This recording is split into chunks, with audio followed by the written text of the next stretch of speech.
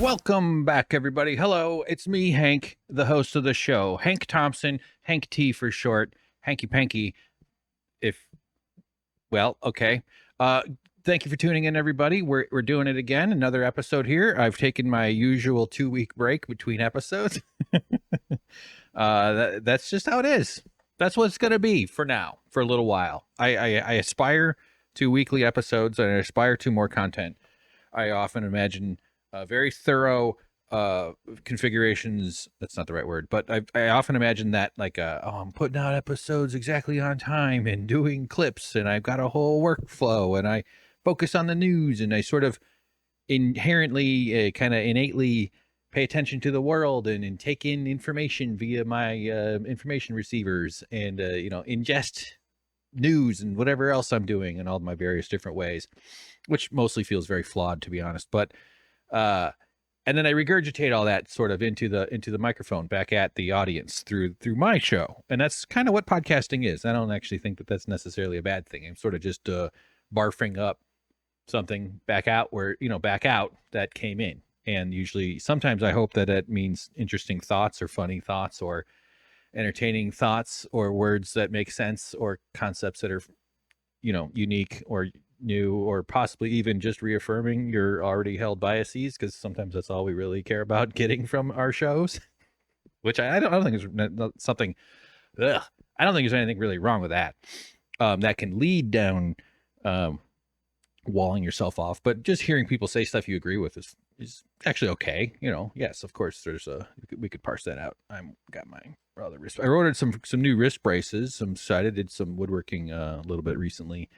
And when I do that, I really wrap up, but it's rough on my wrist braces. So this one, it looks dorky when I have the little thumb hole on the wrong side. It's because I don't have a problem with my thumbs. I just need this plastic bit to prevent me from bending my hand down. I can't go all the way with the right arm either. That's fucked up too, but the left is the bad one. Anyway, yeah, it doesn't. Suddenly I'm self-conscious about my thumb hole. And so I'm going to hopefully order off Amazon another thumb that I can sew onto my hand. Maybe Amazon has I know they have a new healthcare service. So, because that's the important thing, is the same place you buy your cat food should also be where you go to help a rich person buy a Lexus, so that you can maybe get a pill that'll help you stay alive a little bit longer, so you can afford to feed big cat food. Okay? You hear me, big cat food? No, I'm joking around. That's like so many industries we could just completely do away with, but there's definitely lots that we would hang on to, and that are, there's a huge market for feeding your cats. People like to feed their animals, including my cat. She fucking feeds herself constantly whenever I make sure there's food for her, which is all the time. And then she doesn't eat all of it, and I get a little annoyed because I'm like, ugh, like we're throwing out like 10 to 15% of this bag. And I'm not buying the cheapest stuff. I don't think you should buy the cheapest. What am I doing? Why am I doing? Welcome back, everybody. 2-week breaks. It's because I'm so busy with all the other stuff. Eventually, I think I'll be able to like completely focus on doing the show. But each one of these comes with this massive lift for me. I love the talking part. Every time I start talking, I get so excited and I feel good. And then as soon as it's over, I'm like, oh God, I got all the goddamn editing. Because I just want to jump over to the next thing that I want to do, that I'm kind of working on. But speaking of that, though, I didn't get any clips out of the last episode. I'm trying to put like pieces of the podcast on YouTube. Just didn't bother with it. Didn't get to that. There's probably a few things in there. John Fetterman having one of his goons. That guy keeps showing up in these pro child slaughter type scenarios. Fascinating and horrifying days with what's United States and what the Israel and the United States are doing to the people of Palestine. It's an absolute horror what's happening.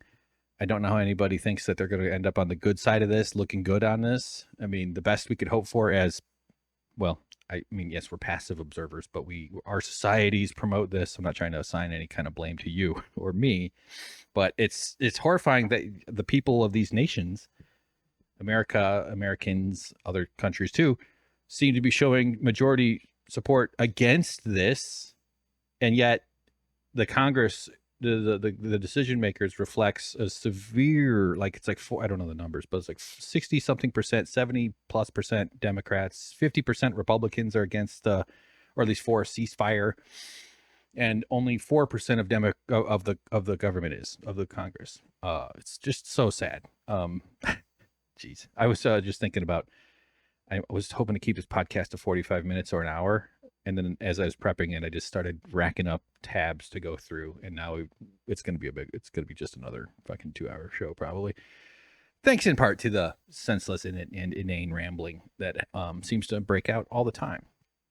Yeah. So little changes. I know that I don't know if anybody gives a shit. I honestly, I literally can't tell. I still have this. I have a hope that someday someone will say to me, "Man, Hank, that really looks like it must suck to lose your beard." I just want to hear somebody say that to me someday, especially if it's like a family member. I'm I'm heading home for a trip. That's not necessarily connected, but yeah. So I've been hanging on to the beard for. Obviously, I should have like gone beardless very early in the beard losing process that started about 3 years ago. And I've held on to it past it. It's finally at a point where people can tell that I'm losing my hair. No, I'm joking. That's just, I'm trying to act like that's like as if I couldn't tell. So it's just gotten so fucking, like, I have a patch. I had a small, like a little bit bigger than a quarter size patch over here. And this sideburn was hanging on slightly, but I'm losing hair up above my, at the temples, or up above the sideburns and into the horseshoe. And it's just creeping further and further. Like, so yeah, I was growing out like a literal neck beard, and every bit of it is just comes with tremendous nightmare, as if like I needed an extra thing to fucking stress out about in these last few years, for sure. You know, it's like, come on, man, what the fuck? But yes, I got rid of the sideburns in the neck beard today, so now I've got, scruffy patch. I didn't shave it, actually. I just buzzed it real tight. But I'm hanging on to the nutritious, nutrient dense area here, and for some reason I can't stop thinking about the sex joke about to happen here. Not even a funny one, but yeah, it's just I have a whole. Well, I'm not going to say what I'm thinking, but yes, this hair is hanging on, and eventually I think it's all going to go. I don't know why it would stop.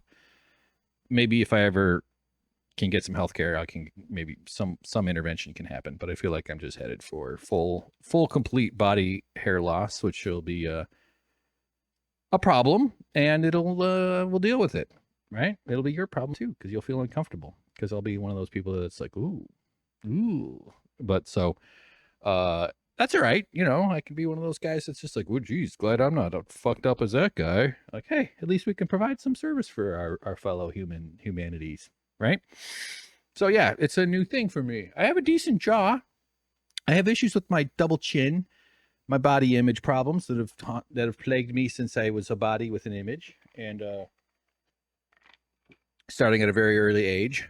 But those are low on the list of overall of all the other things that I stress out about. So I'm mostly just trying not to think about it, obviously, but that not thinking about things is like literally the thing I'm worst at in life, because I have a fucking hyperreactive brain that is a thought.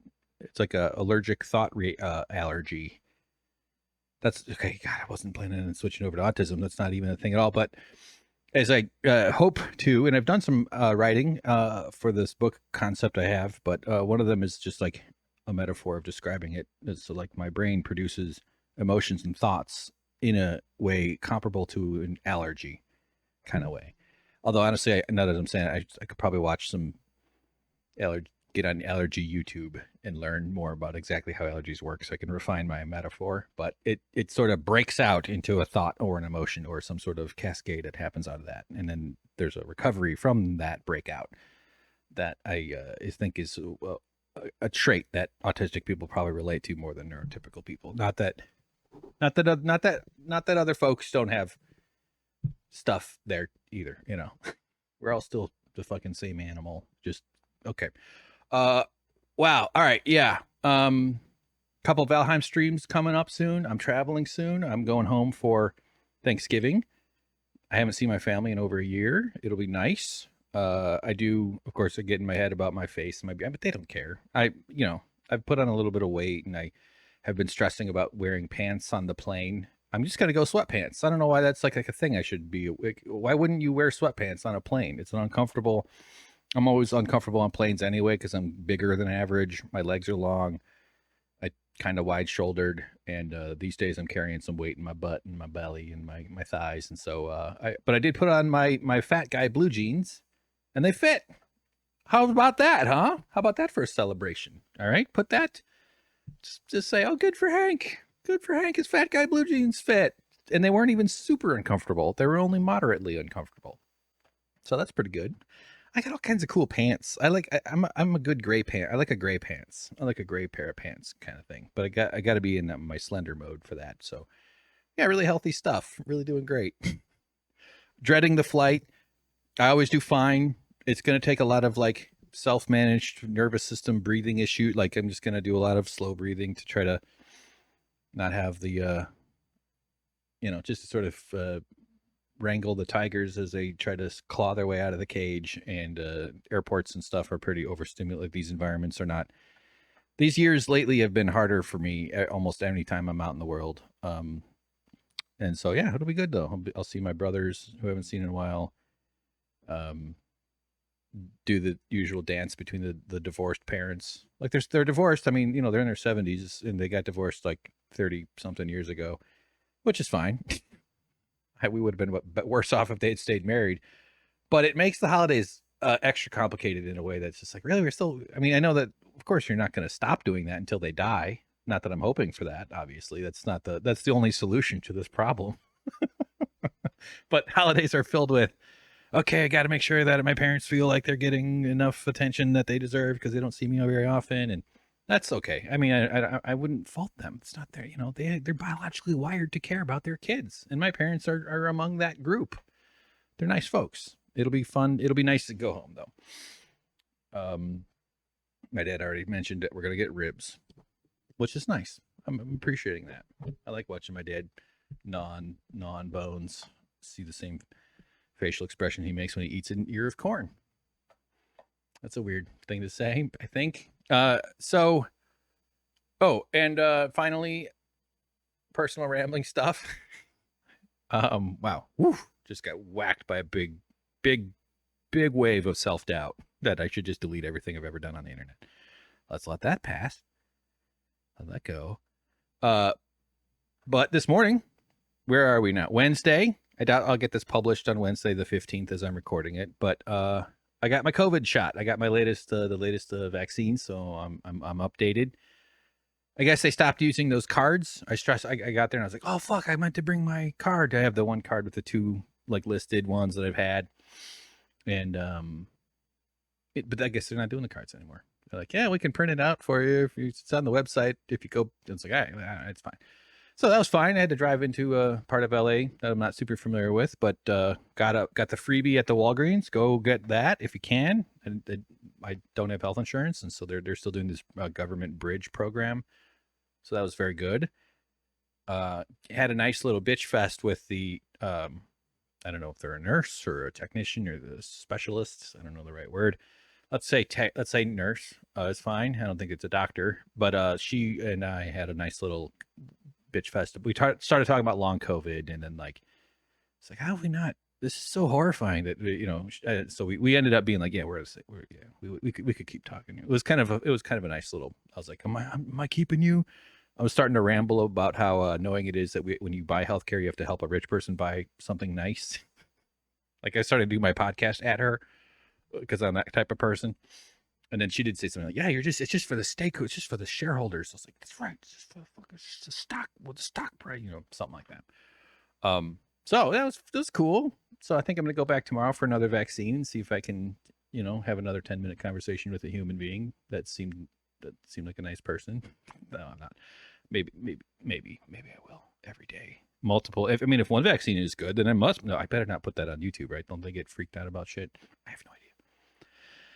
I don't know. I can barely tell it's real anymore. But I did figure out a way on my mixing board to hear my voice in my headphones a little bit better, which is nice. So, all right.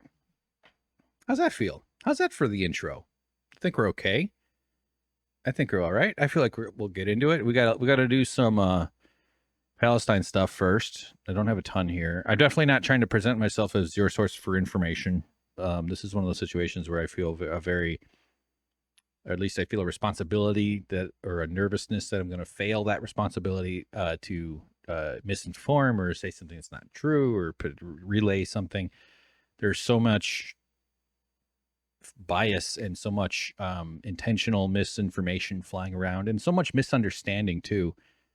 I think partly what we have to do as leftists, as people who are, it seems it is kind of amazing how things kind of just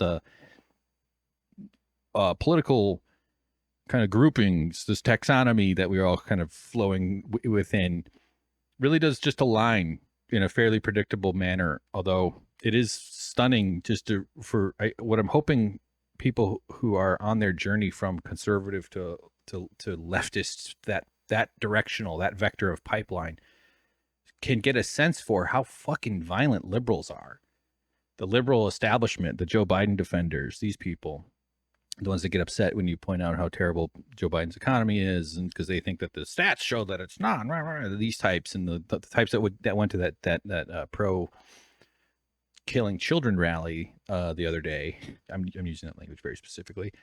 That Van Jones spoke at, some evil like Christian evangelical Pastor John Hagee spoke at. I don't have videos or anything for that stuff. But someone tweeted a picture of the crowd, and it was there was very little brown in that crowd. All very light colored, a lot of white faces in that crowd. So predictably, the side I'm on and the lefties and the kind of anarchist, socialist, communist, leftists, this side of the aisle, the further than progressive, I guess. I don't know. These labels are all sort of fungible and silly anyway. And they definitely mean different things to people like myself who are like politics junkies and, Twitter junkies who FOMO, fear of missing out their way and watch all this stuff all the time. I've been doing so for 20 plus years, and I've worked in digital media for the last 10 or 12 years or so, very off and on. But so we're going to use labels probably in a different way than like someone who's just not really paying that close attention. I just wish I could be one of those people. The people that are like surprised that there's an election in like September, like next year, 2024, and September rolls up and it's like presidential debate. What the? Oh my God. Election. Hey, honey, they're doing another election in November, I guess. I don't know. Who do we vote for? I would love to be one of those people. Just be some fucking weirdo with like enough money to sustain some strange hobby in a basement. That's all I fucking want. Which for me would be woodworking. I just want to build things. I want to build cool trays. Look at how beautiful this tray is. See that stripe in there, by the way? That's blue epoxy. That's a colored, well, it's actually just fucking, hard plastic. But it looks awesome. It's gonna look beautiful. This is just a tray I made, and I've been working on sanding it up a little bit. I have to go slow. A few hours here and there isn't too bad if I wrap my wrists up enough, and I can, But man, gorgeous stuff, gorgeous shit. Look at this thing.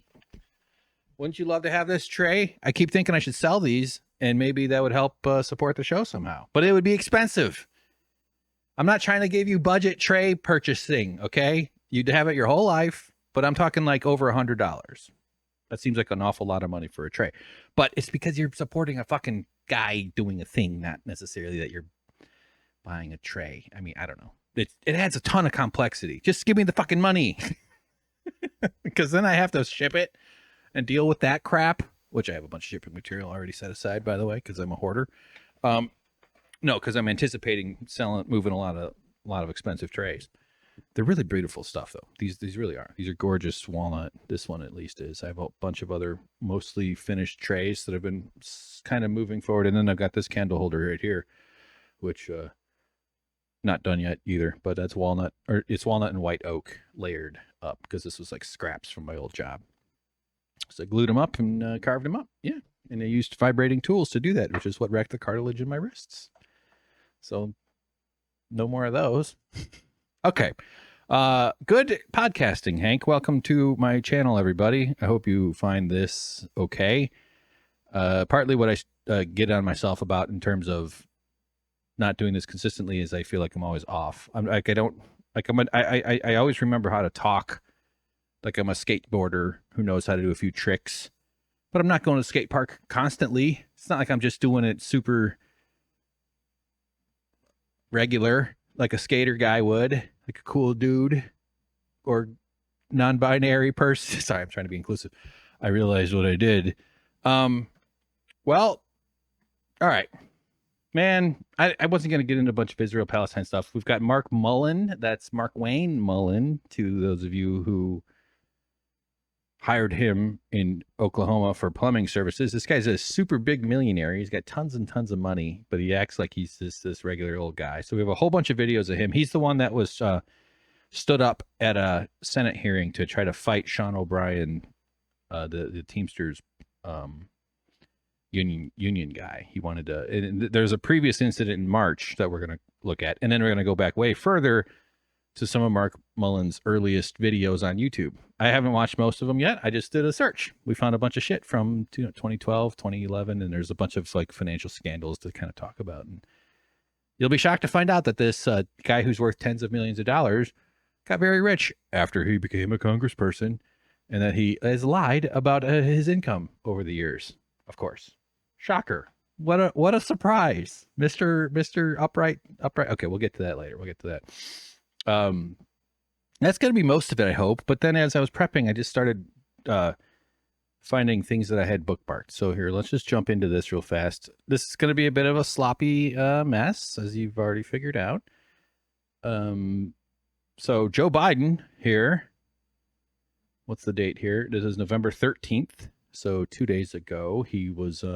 this is the Associated Press Twitter account. President Biden on Monday said Gaza's largest hospital must be protected and called for less intrusive action by Israeli forces. Fighting between Israeli forces and Palestinian militants has encircled the medical facility, Shifa Hospital, prompting thousands to flee.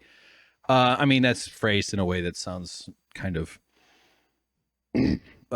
careful, because it seems to me, from what I've gathered, is that Israel is deliberately just slaughtering people as much as they can outside this hospital. Like, they're shooting people through the windows.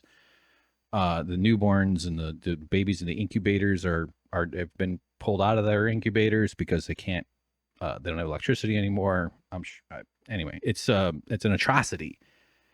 It's a horrifying atrocity. And Joe Biden here should be in prison for war crimes, for war criminal stuff. Like, I don't know where these people think this goes. That will never happen, by the way. Don't worry. But what kind of world are we in? Like, how is this happening?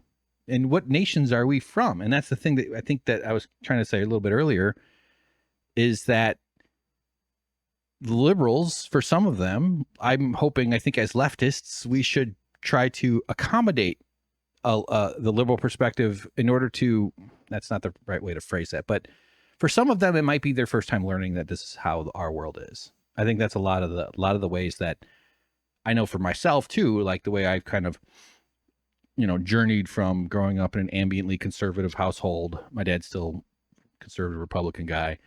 And then, like, I was never overtly like, I'm a conservative, but I hated the Democrats. I knew they sucked. That's all I understood about conservatism anyways, like a kid.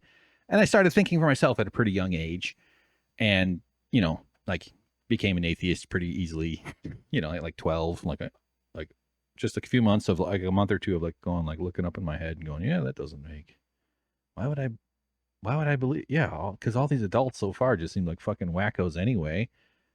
Yeah, that's bullshit. So that's, and then over time, from that whole pipeline into just being kind of like always generally progressive brain. It's one of the reasons I was like a Young Turks fan back in the 2008, 2009 time period, before I moved to LA to work for them.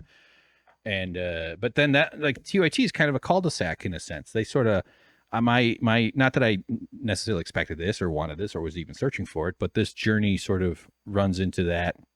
Okay, you work at TYT, progressive guy, progressive outfit. Not as much as they like to pretend, I would argue, now that I've worked there and had some issues with them, especially with the union busting. But uh, the it wasn't until I actually got some experience working for them, and then kind of pulled left further by Michael Brooks. Honestly, huge influence in that sense. If you haven't heard of him, I'm sure you have. You probably, if you're listening to this, you know who Michael Brooks is. He was on the Majority Report. Really smart, thoughtful guy. Had a good show, and I knew him personally a little bit, not extensively, but and that's what kind of helped crack open my consciousness about labor and about the history. And then you start to learn more about the history of America's foreign policy and its involvement with right-wing dictatorships all over the world, and why it's, and so then the whole like critique of capitalism emerges, and you see, oh, Marxism is okay.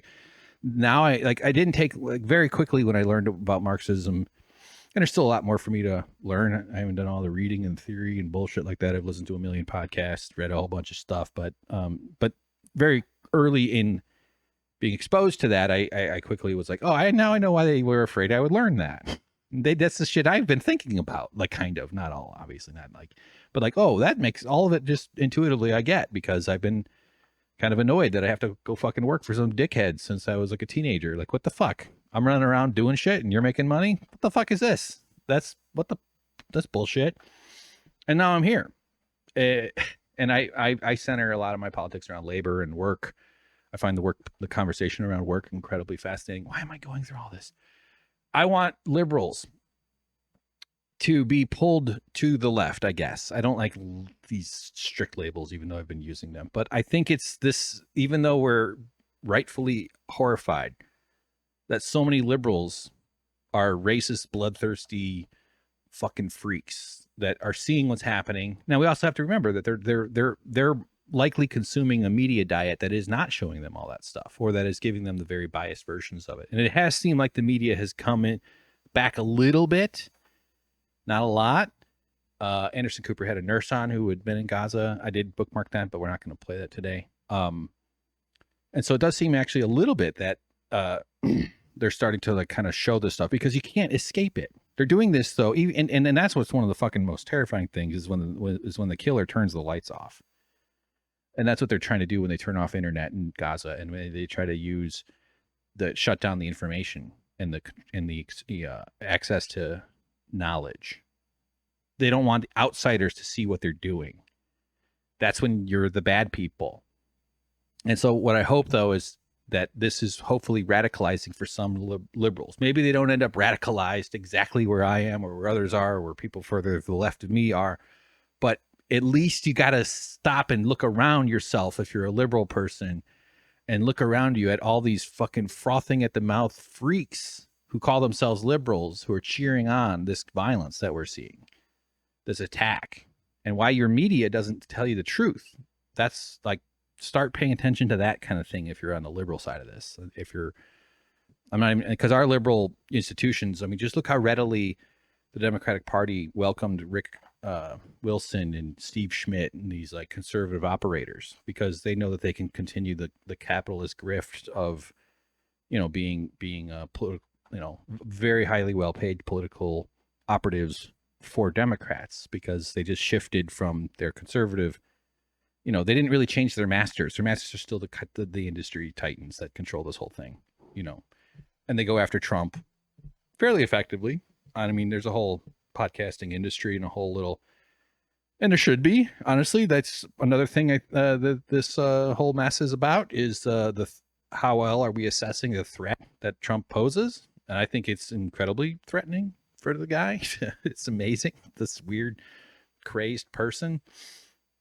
Under 91 indictments, he's likely facing prison for conviction if he's convicted of some of those. And there's civil trials for rape, and there's a fraud trial going on right now that he testified at, and his children had to testify at. And yet this guy's running for president, and he's allowed to run after trying to overthrow the government, and that he is winning so far, at least in most polls. He shows Biden losing to him. There's so many reasons why that's absurd, but also terrifying, and that they're promising to end democracy. They're kind of like, Americans are just basically like, well, yeah, Biden sucks, so might as well just. And so now, and now with the Israel-Palestine situation, Biden has made it even harder to justify voting for him. I mean, I put that in a very careful way. So a lot of people are already highly against voting for Biden. That's another major conversation happening within the lefty world right now. Third party, should you support? Should you vote? Should you do this? Should you vote for Biden? Should you not vote for Biden? What does all that mean? Blah, blah, blah, blah, blah. That conversation is going to go on for a while. But for some people, Biden helping slaughter children in the thousands. They're aiming for tens of thousands. If we don't stop them, they will continue. It will reach tens of thousands of dead children. There's a there's a horrifying bar chart that I've been seeing popping up about the rate of child deaths in different wars. And this one is this immense tall yellow bar. It's 3,300. It's like this amazing amount. And these other wars, very tragic too, but their rate was so low compared to what they're doing now. And it's, oh God. So how can Biden persuade people that this doddering old guy who seems afraid to be I don't know when he's supposed to be out there actively campaigning, there'll probably be some event here and there. It's clearly going to be something they're going to have to juice him up with horse tranquilizer or some kind of stimulant, or I don't know what, some kind of cocktail of medicine to get him out in the public and get, because it's going to, and then definitely going to be gaffe moments that are going to get picked up on. And the media is I think very unfair towards Democrats comparatively to how they cover conservative stuff. And so they're going to pounce on all that shit. And it's a very uphill fight for this. And it's scary to have this guy leading it. But now that he's a genocide, he's committing genocide, it's even harder. Let's just hear what he says here. I sorry about all this ramp up. This. What are we at? 30 minutes already? Good. Show's just about to start. That's nice. Good job, Hank. Have you expressed any specific concerns to Israel on that, sir? Well, I have not been reluctant in expressing my concerns what's going on. And it's my hope and expectation that there will be less intrusive action relative to the hospital. I remain somewhat hopeful, but the hospital must be protected. Whoa, so strong. What a strong guy. Less intrusive action, he says. Less intrusive action. Nice camera work there, guy. Swiped it over to Nora Jones. Nora O'Donnell, I think her name is. The hospital. Yeah, sure. Yeah. Meanwhile, there was a whole news cycle before this one, a different hospital, where hundreds of people were killed. That, they did this whole, no, Israel didn't actually do, that's not, how dare you? You're like, they go after you for speaking about for responding to what's clearly happening. And meanwhile, they're threatening to bomb hospitals. They're bombing other hospitals. They're bombing bakeries. They're bombing water supply places.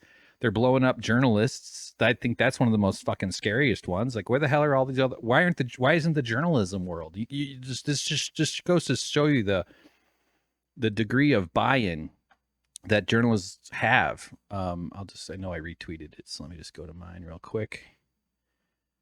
This guy, yeah. I mean, but a whole bunch of other journalists have been killed. This is Israel just killed Gaza journalist Ahmad Fatima. In 37 days, Israel's targeted and murdered 49 Palestinian journalists. In many cases, Israel has also targeted and killed their families. Genocide wants no records. I mean, that's turning the lights off. That's the killer turning the lights off. And then all you can do is hear the killer's breath and their footsteps in the dark, because they don't want anybody to see what they're doing. So they're killing fucking journalists. They're just blowing them up, and they're killing their whole family, their entire home. I can't watch half of that. I mean, I don't click on most videos that come across the timeline. I've seen more dead kids, more dying babies in the last 2 or 3 weeks, thanks to America, thanks to the Israeli government. And it's a fucking horrifying nightmare. I just don't have any idea. Sorry, I didn't know why I scrolled. This actually is an interesting one. I want to read that eventually. But the radicalization of the liberal that I'm hoping for, that comes from this. I don't mean all of them. That'd be fine, but it just can't be all of them. It's unlikely to be as much as 20% even, but 10%. I mean, some percentage of liberals have got to be on their vector moving towards this and realizing that, oh, wait a minute, like, we're just the country that just does this. We park up our big boats all over the Middle East. And then when this all shit went down, we moved even closer.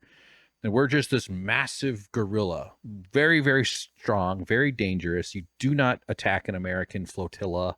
Is that, I feel like that's a word you use on like debutante parades, not military. But you just to deter any attacks from other nations nearby that might want to stop the genocide, that might want to stop what's happening. And yet we just stand there. And then Biden tweeted something, which I don't have the image of, that we had saved, no, that's Anthony. Okay, let me, here.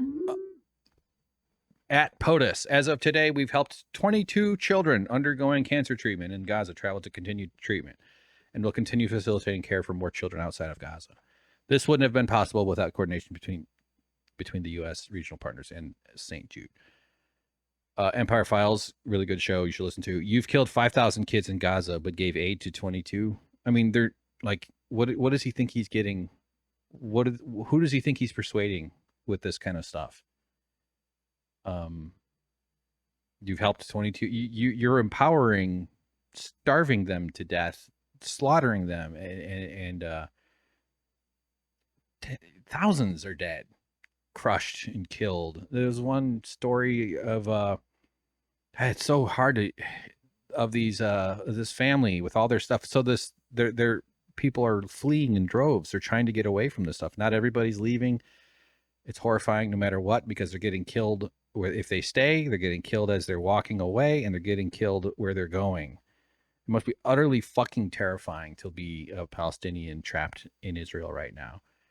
I just sorry, this one family, they're carrying a toddler, and the report, the journalist who wrote about it was saying, like, they didn't realize that the kid was dead. The kid had died while they were walking, and they were just still holding the body. It's just fucking so fuck. Like, it's okay. I'm not going to cry.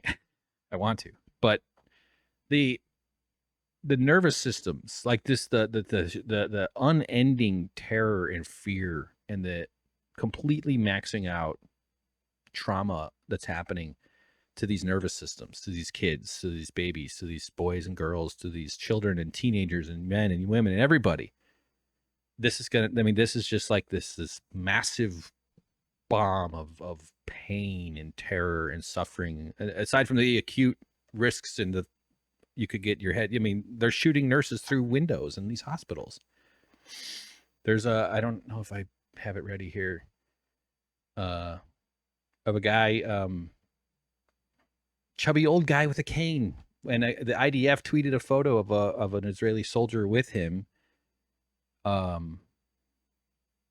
walking, and they tweeted the image to propagandize that this guy was helping this old dude.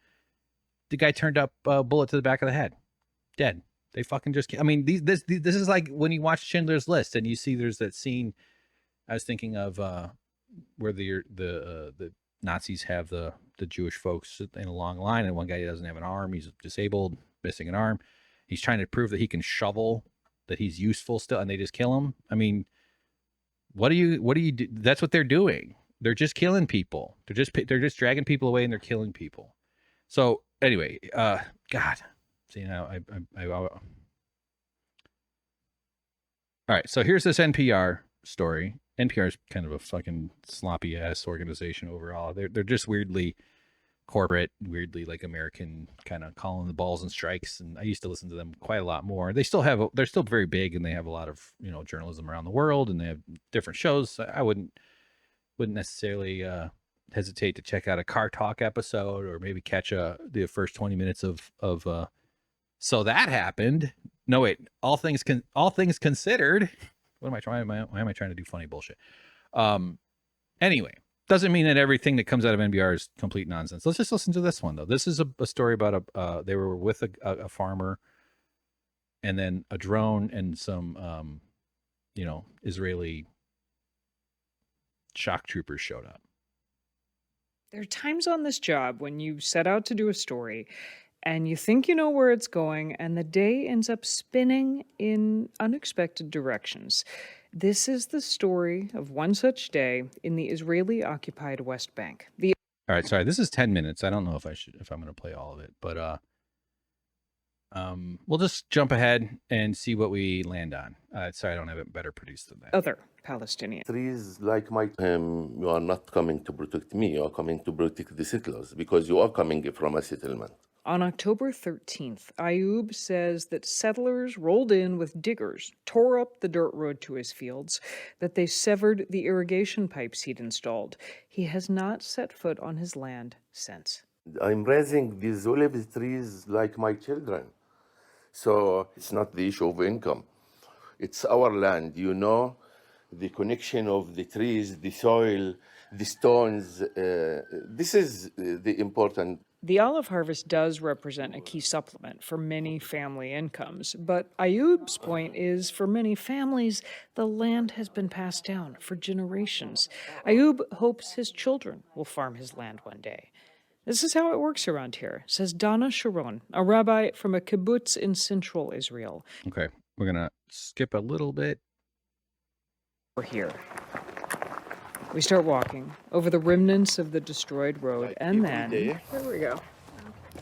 I don't know, maybe settler, maybe soldiers, I don't know. Soldiers appear. Quite a few of them. 1, 2, 3, Yeah, 4 that I can see.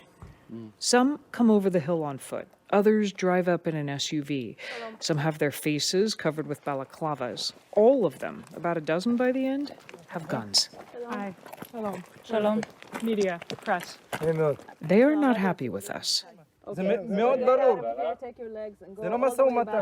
In Hebrew, they yell that we need to leave, that we have crossed a barrier. For the record, there is no barrier, no signage. They tell us this is a time of war. And then they separate Ayub from our group, tell us they need to question him. We say we don't want to leave without him. Is it possible for someone to stay here with him? So they said no one will stay. They're gonna be. The soldiers refuse. A gun lifts, points straight at us. So we back off. As the soldiers walk Ayub around a hill and out of our sight. We ask Dana, the rabbi, who works regularly. I mean, imagine that. Imagine you're doing a story and you know that this kind of thing happens in this place and that this is about the most extreme it gets in terms of where we've been in the last 70 years. It was bad in the Nakba in 1948 too, obviously. And there's been plenty of smaller incidents, but right now things are clearly on extreme boil. And the drone shows up. I skipped over that bit, but suddenly there's just a little buzzing fly above you, and it's a fucking, super expensive, I'm sure, somehow American sourced, or, there's a whole infrastructure of amazing technology, of advanced warfare, advanced information capturing and processing that shows up first. So the robot gets there first. The soldiers are juiced into that, and of course they're probably communicating back with some sort of command station, obviously. And then they leave with the guy. They take him around the hill, and they leave you away from. They separate the guy from the journalists. I mean, these journalists' lives are in danger being around these Israeli soldiers. With Palestinian farmers here, how unusual is this situation? We've never seen anything like this before. This is not according to any protocol that we're familiar with or are experienced with. She says she is extremely worried. Her colleague, Danny, gets on the phone, starts making calls in Hebrew, in Arabic. Calls to the IDF, the Israel Defense Forces, to the police, to lawyers. We also get on the phone with a media contact we have in the IDF.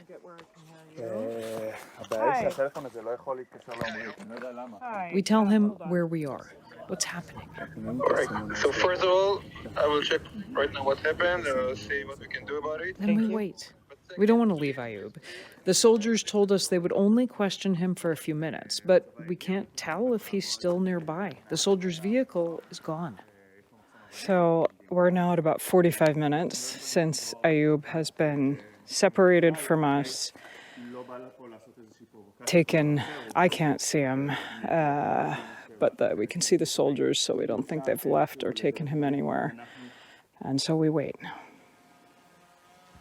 Around then, the drone comes back. It's hovering lower and lower. Finally, more than 90 minutes after Ayub was taken away, our IDF contact calls. He reports Ayub is safe, and he strongly advises us to leave the area. So, reluctantly, we do. In the article, it says, leave the area, quote, for our safety. So it was unsafe being around these safety troops who had guns and could easily just kill everybody without facing any kind of consequence for it if they chose to. So you could hear the fear in her voice. I'm just going to skip a little bit ahead. I know that he does make it back. The guy does get back. But I mean, like, this guy's just going to check on his olive trees and his farm. I'll just skip ahead a little bit. Back at Ayub's house, the family has gathered. Everyone's worried. Everyone is tense. Then, his sister's phone rings.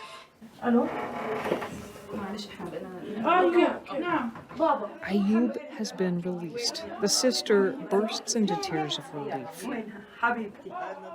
She calls me to her.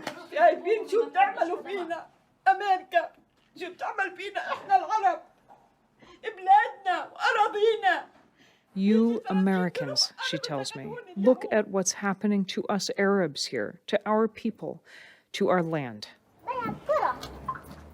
Ayub's son goes to collect him. We all wait outside in plastic chairs, and soon a car pulls up the hill, honking in celebration. Ayub gets out. All right. Big smile. So good. The guy gets out and he makes it back. Man, let's find out what happens after he was separated. Big smile, blindfolded, handcuffed. Then they drove down with Ayub to make sure he's okay and to hear what happened. Sorry, I keep trying to interrupt. Here we are. This is just what happened. You already heard it a little bit, but the article is not exactly the same as the speaking. So. After he was led away, he was blindfolded, handcuffed. Then they drove him to a military office in a nearby settlement where he was mocked and questioned. They say it's our land, it's not your land. So you must forget it. But now he's home. Are you okay? I'm okay, alhamdulillah. As we prepare to leave, I ask Ayub, will you go back? Will you try to see your land again? I will go back. Don't worry. They will arrest it and I will return back and until I will fix my land. It's our land. NPR producers Kat Lonsdorf and Erica Ryan and local producer Sasan Khalif contributed to the... Okay. They'd pick the appropriate music for that outro. Frightening, man. Terrifying stuff. And this guy got lucky. He made it out. And honestly, I feel like if I can remember to, and hopefully I do, we look up Ayub here again in a few months. Ayub Abu Hejla. Sorry, I'm bad at that stuff. If we look into where this guy ends up again, if I look this up, I wouldn't be surprised to find out that they came back and killed him at some point, because that's been happening. That stuff is happening. My stupid Twitter. Okay, so here's Anthony Bourdain. The context, I'm not sure exactly. This is from Parts Unknown, Israel, Palestine, and I guess he was receiving an award here, so forgive me for not knowing the full context. In fact, you know what? We're going to skip this. I don't have time to do this right now. Okay, saving that Anthony Bourdain thing for later. It's interesting. I just want to know more about the backstory about that one. So the profits are flowing, though. All this violence takes money. Killing all these people, slaughtering all these children, bombing entire families and neighborhoods and refugee camps, and funding the training for the snipers. By the way, the American police forces are often, you just search Google real quick here if you want to, but like there's so much overlap between American policing and Israeli policing and Israeli violence officers and then violence state agents. They do a lot of training together. A lot of American cops fly to Israel for training, and I know I'm sure they come here for stuff too. And it's a big part of what's going on in the Stop Cop City movement down in outside Atlanta. A lot of very brave people. So support, resisting that and trying to do what they can to prevent that. Because that stuff, what's happening in here, the way they're targeting journalists and the way they're in the hot zone of Israel and of Gaza in the West Bank and around there, there's this larger project of information warfare that they're doing, including the part where they're going after people's jobs for speaking up in support of Palestine and for ending the occupation and ending and liberating those people. And so a lot of people are facing consequences for being against this, being against the genocide, not being pro-Israel enough. And that machinery is spinning up. And I think that some of the stuff I've been listening to, there's a good Citations Needed podcast episode I listened to this morning. But like the information age, as much as they're trying to control that, it's very different than it was before, than when you relied on film, literal like cameras with actual film and newspaper reporting and telephone transmission of information across the oceans. So it's meaning like the 60s, 70s, and 80s and stuff. Information is totally different now. So it's still bad. It's still working, but so they have to operate within the confines of the current world we have. And that means a lot of being canceled. And I just hate using the word canceled. So that stuff is really scary. And the way that these institutions of violence in Israel and America overlap indicates to me that they're preparing, especially with the way we've been funding police departments, the way we've taken COVID money and just used it to buy more weapons and to train up our state violence officers, which are always the highest percentage of any city budget in any country or in any city in the state.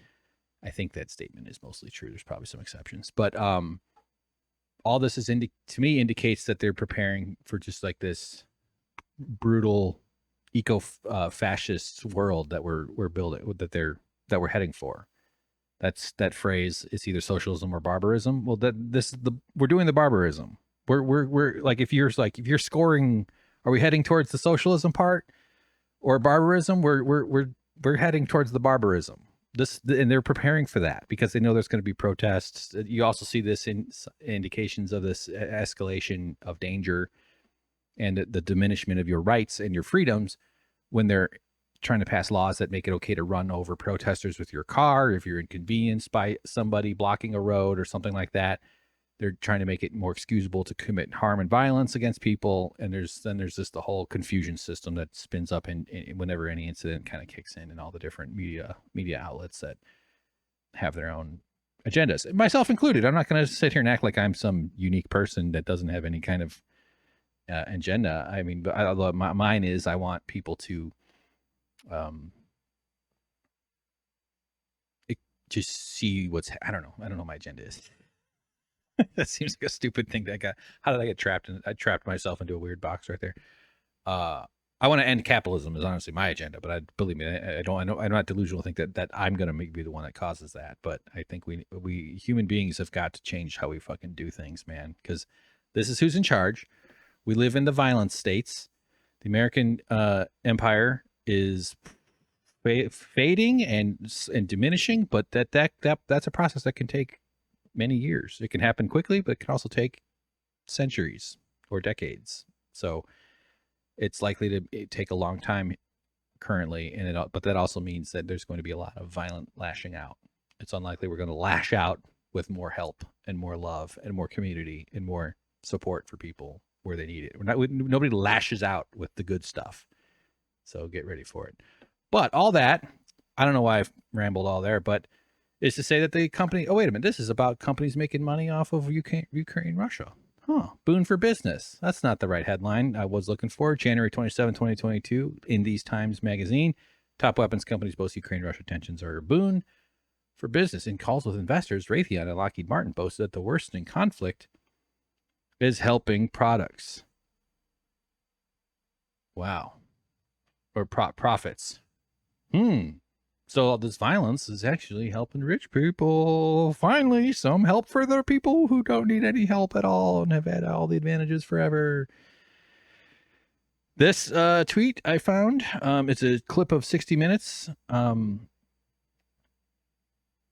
I don't know the full context of this one, but May 21st, 2023, 60 Minutes Army negotiators caught Raytheon, a major defense contractor, making unacceptable profits by dramatically exaggerating the cost and hours it took to build radar and ground equipment. Wait a minute. So this patriotic American corporation lied to make more money? That doesn't sound like the capitalists I've heard of. Army negotiators also caught Assad's former employer, Raytheon, making what they called unacceptable profits from the Patriot system by dramatically exaggerating the cost and hours it took to build the radar and ground equipment. You called Raytheon on the carpet? Yes, I did. You know, of course, I reported that information up the chain, but then I went to the Inspector General, and I also went to the Defense Criminal Investigative Service. And I said, I want this looked into. Raytheon told us it is working to equitably resolve the matter. And in 2021, CEO Gregory Hayes informed investors the company would set aside $290 million for probable liability. I will say this is an ongoing investigation by DOJ. We think these were one-off events that occurred, should not have occurred, but they did. One-offs? No, it's not one-off. And it's not one-off with a lot of companies. A Department of Defense study released last month found major contractors flush with tens of billions of Pentagon dollars to hand out to shareholders. There it is. Shareholders, good day for them. Such madness, man. It's like, that's the funny thing too, like when we talk about like redistribution and trying to like make things more equitable, make it possible for people to see a doctor without stress or get an education without lifelong debt, or just live in a society that actually gives a shit about them, that doesn't just treat them like an item, like a line item, like a resource to be exploited at best until you become useless because your hands stop working. That like the notion of not doing that is considered an extreme radical idea that will threaten the economy and it'll disrupt. If we do that, like the child tax credit, you know, Joe Manchin was a big obstruction to that. But like the reasoning, of course, was bullshit. But that some of the stuff that he was saying was like how it disincentivizes people from standing on their own. Like he's doing them a favor by increasing child poverty by taking away the $300 a month and assistance that went out. Because they had to get rid of any of that government support that kicked up a little bit during the COVID panic of the first year or two of COVID. They had to get rid of that because a lot of people got a sense like, oh, wait a minute. I mean, you mean we could just like make life easier without, and I don't have to feel all this fucking horrible stress. It's amazing how much a difference $300 a month can make in a family's life, in a person's life. And it's like, who are you protecting? Like who like, as if there isn't one side of this, the profit takers, that haven't been just soaking up in excess luxury in the, I think it's a kind of form of projection. I think that concept is a little too simplistic, but like the laziness accusation, the people don't want to work, the people that don't want to know the value of hard work, hard days labor. Well, the bosses of all these industries are just the fucking biggest parasites that don't do anything. They're all useless people. They can't do, they require this placenta, this nutrient dense, nutrient rich placenta of other people's labor, other people's expertise, other people's work, other people taking risks, other people putting up with a diminished life, and the government conditioning the entire population to always be of service to them, as well as then also providing a lot of funding for research and other ways. That we don't go after. We don't talk about those. But those people get to tell the story that they're like these brave job creators, and the narrative around who they are needs to completely change. But like any changes in the way things are distributed now,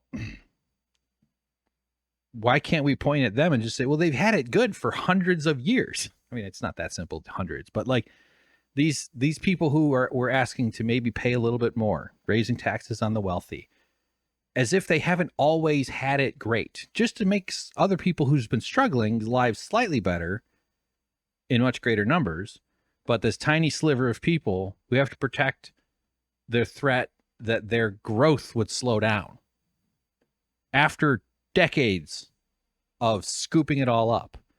Nothing but plenty for them.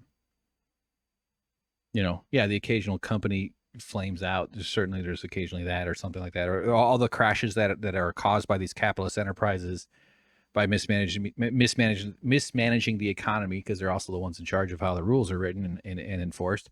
Then when it eventually crashes, inevitably crashes, they get rescued. The government's there for them. The placenta pumps harder to bring them all back. So I say placenta for all. Okay, that's the point I'm trying to make. All right, good one, Hank. Never gonna finish this fucking podcast. All right, so of course TikTok is giving us a lot of good info. This is not TikTok, but I think pretty sure this guy's from I don't know. This is Cancel This Clothing Company. Cancel CLOCO. It's had some interesting stuff to say that are related to the topic I'm getting at about these defense companies. In case you were Violence companies, I should have said. wondering, a lot of people are making a lot of money right now. For example, the company that makes the Iron Dome systems, that would be Raytheon. Their stock was going down right until the 5th of October. Weird. And to be clear, I'm not claiming that Raytheon started the war. I'm just pointing out that their CEO, who gets paid $22 million a year as his salary, also holds 801,000 shares of Raytheon, which now are worth this much. But before Hamas attacked, they were...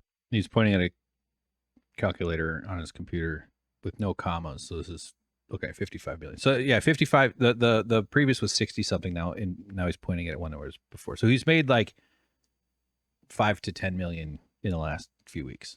They were only worth this much. Quick math in stock value. And that means that his shares are worth $10.5 million more than they were on October 5th. I wonder how many shares of Raytheon BlackRock owns. But anyways, real quick, I just want to show you some neat facts about their board of directors before we go. Raytheon's board of directors has some people that you might not be surprised by, like Tracy, who's the retired executive vice president and chief administration officer of State Street, or like Brian, who's on the board of Lowe's, as well as these guys. Video about Brookings coming on the backup channel soon. So I didn't actually watch this whole thing. I like this guy. I'm gonna follow, and because I'm using his video and whatever. But this is illustrating very well the kind of rat tail solidarity thing that I talk about a lot. The way that all these corporations are run by these people, these who are on each other's boards. They're all cross-linked. They're all woven together like a bunch of snarling rat tails. I mean, their heads are snarling, their tails aren't snarling. Although these are capitalists, so they probably do have two mouths that snarl, one on the end of each tail and the end of their head, which is basically like a tail that has a brain in it. All right, okay. But they're all interwoven, and then they all have their politician buddies. They all have their corporate titans who don't like the public eye. They have their corporate titans who do like the public eye. They have their armies of accountants and lawyers and suck ups that want to be like them and that are just there to like make a ton of money being a lawyer for these evil things. Like that's something we got to start shifting. I actually quite like that this guy is actually showing who's in these companies. This is something that I wish I did. I often think about it, but I don't never have the time to do it. I mean, maybe eventually, but like health insurance to me, one of the craziest things is like, there's people who do that. There's people who go to work, and I don't even mean like the low end of these companies. Even if you work for Raytheon answering the phones, I don't know. I mean, I can maybe make an ethical judgment at something like that. But if you're just struggling to get by and you get a job doing something like that, I'm not going to call that out. I think at the executive level and above is where we start this, at least. Maybe down low you could persuade me, but that's not among the reasons why like offering people options in life, like universal basic income and increasing worker leverage would make it harder for these corporations. You might be able to have a protest, like might be able to turn down a job because you'd rather not work for Raytheon or a health insurance company.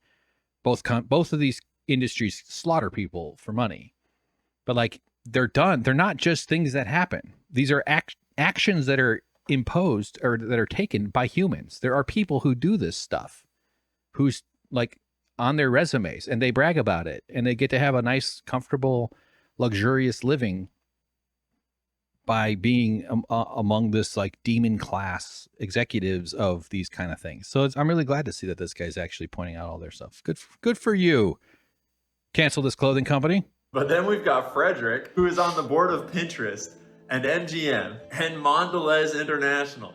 Dude is literally in charge of managing what Oreo flavor comes out next month, while he's also in charge of bombing the shit out of Hamas. Not literally, you know what I mean. Or we've got Dinesh, who's on the board of Nestle. We've got Denise, who's on the board of Phillips 66 and Bank of America currently, but she used to run the finances for KFC and Yum Brands. You know, like Pizza Hut, Taco Bell. It's a globalized world. There's not enough workers to go around, so board members have to do double duty at, like, you know, fast food companies. Hillary Clinton was on the board of Walmart in the 90s.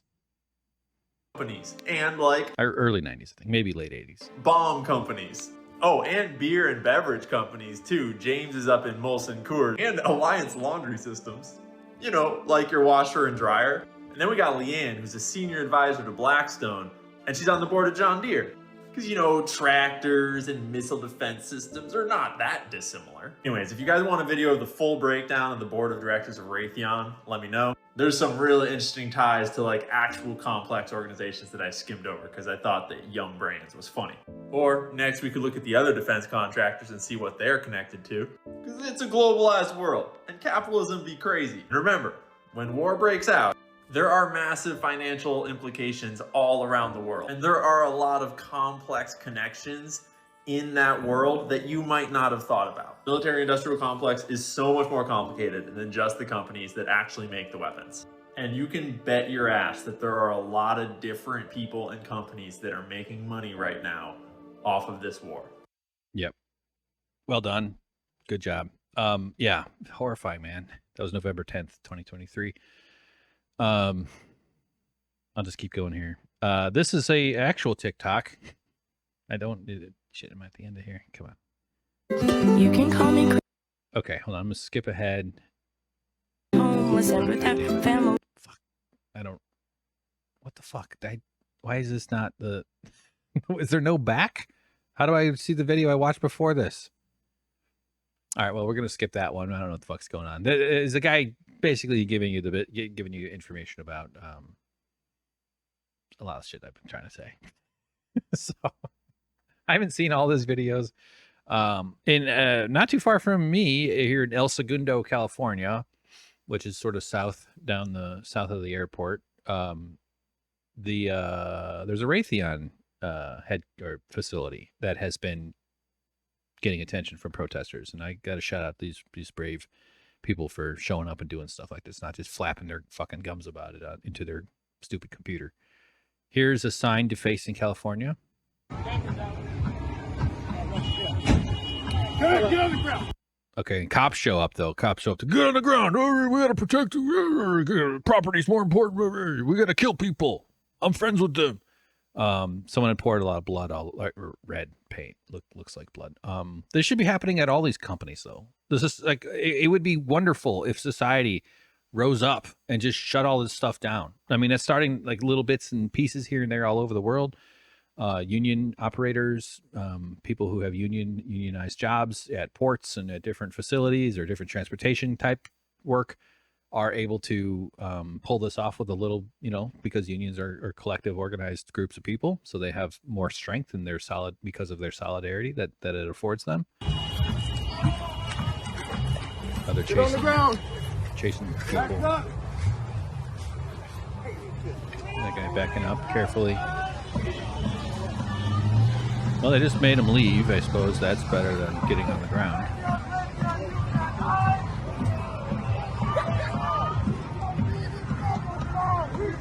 Law and order. See, that's what law and order is. Law and order. Armed government goons, heavily prepared for heavy fighting, cops show up to ensure that people stay away or stop their own activity trying to prevent slaughtering of people, penned into a horrifying nightmare thing that at the long tail end, like these guys are part of the attacks on Gaza because they're defending the corporations that profit by making and selling these weapons and bombs, and also have ideological links, because a lot of those folks who run these companies are also dialed. It's that whole Rat King solidarity thing. It's all part of the same process of violence being very profitable, and it requires that you have state violence goons running around making sure that anybody who even attempts to make a statement about it, even if they're crossing a line by putting paint on a sign and standing on property they're not supposed to be on, those are the rules that they have to enforce. You crossed the line, get out of here, we're going to arrest you. And if they weren't so busy, they probably would have tried to arrest everybody.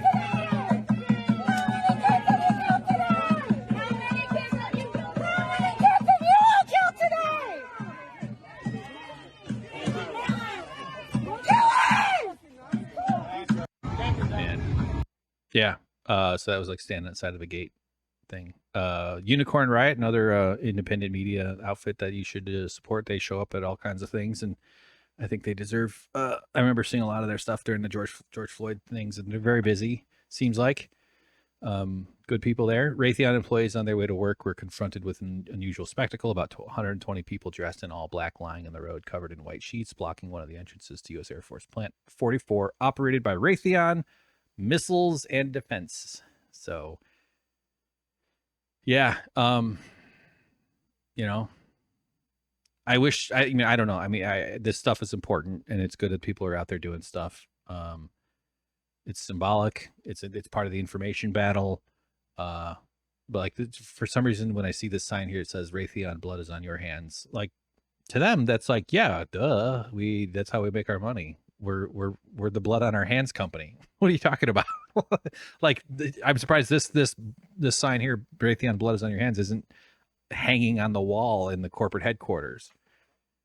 Yeah, that's why we have such a nice corporate headquarters, because we spilled a lot of blood. If it weren't for all the blood that we're able to evaporate with our weapons, we wouldn't be here. I don't know. It's just we're so deep into the Western world of violence and of subjugating people through these power dynamics and through the hierarchy that they want us to believe is natural. It's just not fucking natural. It's not the way things have to be.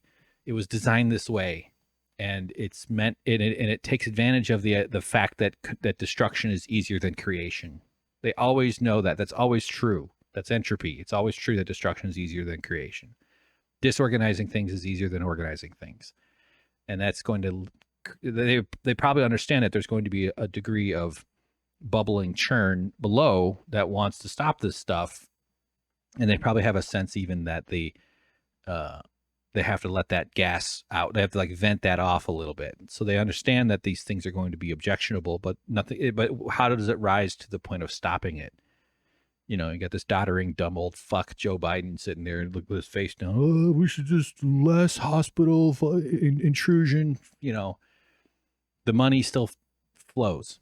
The weapons are still going to get shipped, but man, we need more people. And this is also why, it's a bit of a jump, although it's really not, but why we need a 4-day work week, because people need, if you have more time off, not that that's an easy switch to flip, but we went from 6 to 5, we can go from 5 to 4.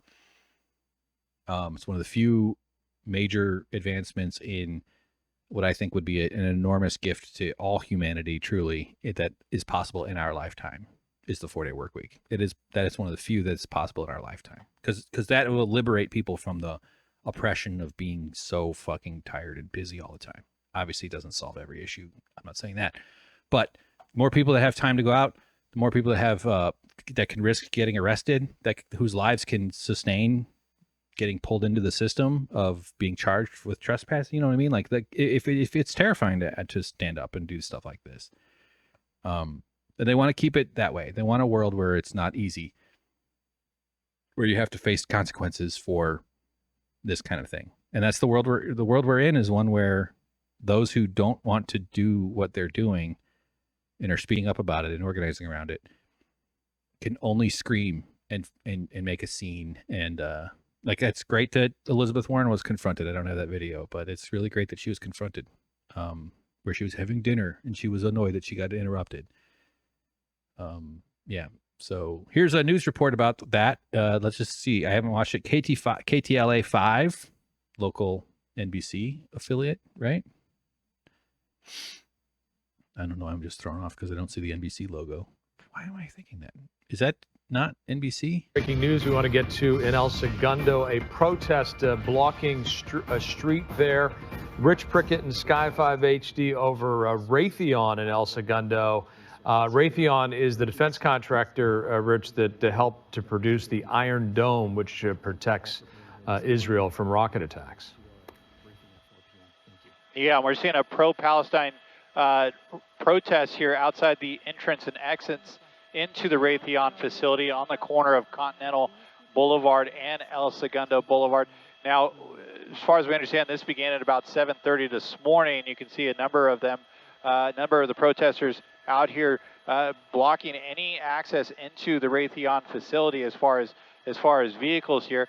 It seemed to be fairly peaceful, at least from what we've seen over the course of the last 10 to 15 minutes. However, if you look at the Raytheon sign here, it looks like some red paint was spilled all over the front signage here of the Raytheon facility. We saw some El Segundo officers down here moments ago. We saw a sheriff helicopter land in a field, dropping off a couple of deputies that will be standing by near the protesters here. Now, I'll widen out. We'll take El Segundo down towards Sepulveda. On the other side of Sepulveda is a park area that's attached to the Chevron facility, and we're seeing a large number of sheriff deputies and officers starting to gather in It's this. like a whole field of cops. They're parked up on a baseball diamond, like all over the outfield. Some of them are by second base too. Damn. Yeah. So you got all these big black trucks, big black SUVs, big black and white SUV cruiser things. Yeah, they're getting ready to impose some of that good old law and order so that the war machine can keep churning out dead people for profits. Field area. We're not sure what their plan is ultimately as far as handling the crowd outside of Raytheon. But wouldn't it be cool if like there was a group of people who would go into the Raytheon plant and start breaking machinery and arresting the fucking bosses of those companies who went there and said, "Yo, yeah, okay, you're party to like murdering people constantly for money." Like, it's crazy. I think like not that I'm necessarily saying we need to just invade corporate boardrooms right now, although honestly off air we could have a conversation about that. But like in the future they're going to look back on us about a health insurance company, for instance, and be like, so wait, you just like let those people live within your society? You just didn't mind that? By the way, I'm thinking of like the positive, healthy, safe, good future that I like to fantasize about. It's my emotional support future. You just let them like operate within your world. Like that guy, people, health insurance executives were just like your neighbor, and like they didn't get run out of town for killing thousands of people. Like if they do their job well, they kill lots of humans and cause all kinds of immiseration and grief. Like that was, it's like, well, yeah, because I mean, it was just good business. They were businessmen. Like wage theft, all the money that's just robbed from people, all the ways that bosses use the system to just completely take advantage of people and to deny them wages that they earned, and that happens in so many different ways. It's the biggest. There's no bigger thief. There's no bigger group of fucking criminals and thieves on the planet than bosses, in terms of the amount of money stolen than wage theft. Actually, police forfeiture is actually quite high too. But you know, I just think from the future they're going to look back on this and be like, wow, that's just nuts that you like. And so when something goes on, where does the violence gather? The violence gathers up here to intimidate and to impose itself and to assert state authority onto the protesters, because they're the ones who are causing the problems. The problem is that this vehicles cannot get through this roadway here. And so we're going to assemble and marshal the troops to do something about that. I'm not sure how this protest was eventually ended, but we are seeing them start to gather down the street from these protesters. Again, this is right outside the Raytheon facility here in El Segundo, where we have a pro-Palestine protest that's occurring. That's the latest from Sky 5. I'll send it back to you in Hollywood. Okay, Rich, appreciate that. We'll continue. All right, Rich, appreciate that. Thank you, KTLA 5. KTLA 5. Are they NBC or not? God damn it. Oh, it's CW. Oh. In Chicago, Channel 5 is NBC. So that's probably why I'm so... But they always make it somewhat obvious. All right, so CW, way to go. Okay. A tweet. Palestine Action US. Oh my God, a notification.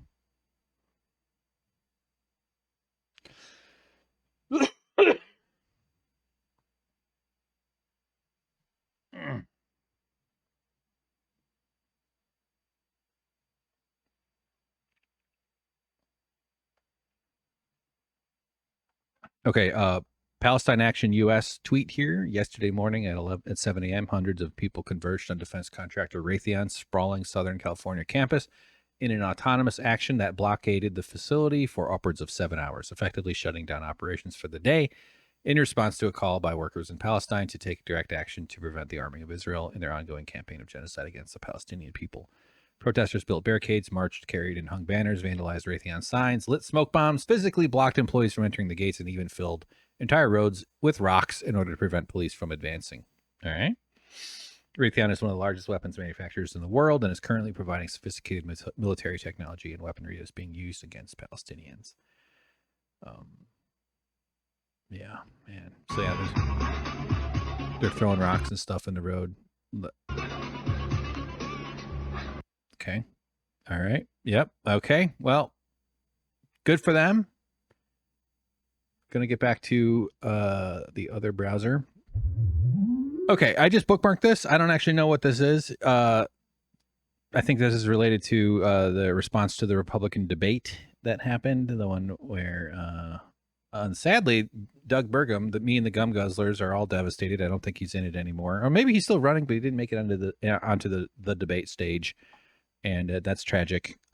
Mike Pence pulled out. First time he's ever done that. Okay, just having way too many visuals in my brain right there. So this is Kaylee. Message for Democrats after last night. You won in spite of Joe Biden, not because of Joe Biden. Last night was not vindication. Said polls do not equal vote. Oh, by the way, this is on Outnumbered, the show where the dangerous women surround one of the good ones, a man, and they risk him, meaning they threaten him with their sexy legs, because that is what they do. And you should be careful when they're in a group. When they outnumber you, you're in trouble. Also, I would love to be right in that guy. No, I'm not. Votes. Yes, Harris, that is my number one message to Republicans. We'll get to abortion, next. But number one, a poll can look good for you, but that doesn't mean you're going to be victorious. We've seen this time and time again. Republicans, I would argue, have not had a good night since November of 2021 when Glenn Youngkin won. It's been 2 years since we had a good night in the Republican Party. I think we're clear-eyed about that. Message for Democrats, though, after last night, you won in spite of Joe Biden, not because of Joe Biden. And in Politico Playbook, they're saying that they're celebrating in Wilmington, Delaware. They feel vindicated. Biden was basking in the moment, and they were even sending out dark Brandon memes. Do that at your own peril, because Biden is an albatross, and last night was not vindication in any way, shape, or form. All right, let's get. Thanks, Kaylee. I don't know. I'm not going to sit here and act like I agree with her. I think Joe Biden is a huge risk. I think we would probably be better off with someone who wasn't Joe Biden. He has already beaten Trump. I mean, when you say, oh, he can't beat Trump, so he's done it once. I mean, the only other person who can say that is Hillary, and she didn't become president, but she did win more votes than he did. Win's a weird word for that, isn't it? I don't know. This is kind of boring. I don't give a fuck. Fuck these people. Let's move on. All right, we're moving on here. GOP senator stands up and tries to fight witness during hearing. You probably heard of this already. Markwayne Mullin. Markwayne is one word somehow. M-A-R-K Wayne. Maybe it's pronounced Markwayne. Markwayne Mullin. He's a senator. This guy's a real piece of work. Just a lying scumbag and just a kind of a classic dumbass. Doesn't deserve any of the station or luxuries or privileges that he enjoys in his life. Although he'll tell you otherwise. He's been feuding with Teamsters president Sean O'Brien, who's a tough bald guy. I like tough bald guys. I consider myself to be one. Although eventually I'd like to start doing exercise again. eventually. So this was at a help committee hearing. Is that the health and what the fuck does help stand for? So here's the article. Oklahoma Senator Markwayne Mullin stood up and tried to fight a congressional witness during a Senate Health, Education, Labor, and Pensions. Oh, that's what. Okay, Health, Education, Labor, and Pensions committee hearing on Tuesday. Mullin and Teamsters president Sean O'Brien have been beefing for months, with Mullin even challenging O'Brien to an MMA-style fight this summer. O'Brien had previously called Mullin a greedy CEO who pretends like he's self-made. In reality, just a clown and fraud. Always has been, always will be. O'Brien told Mullin to quit the tough guy act in these Senate hearings. You know where to find me. Any place, anytime, cowboy.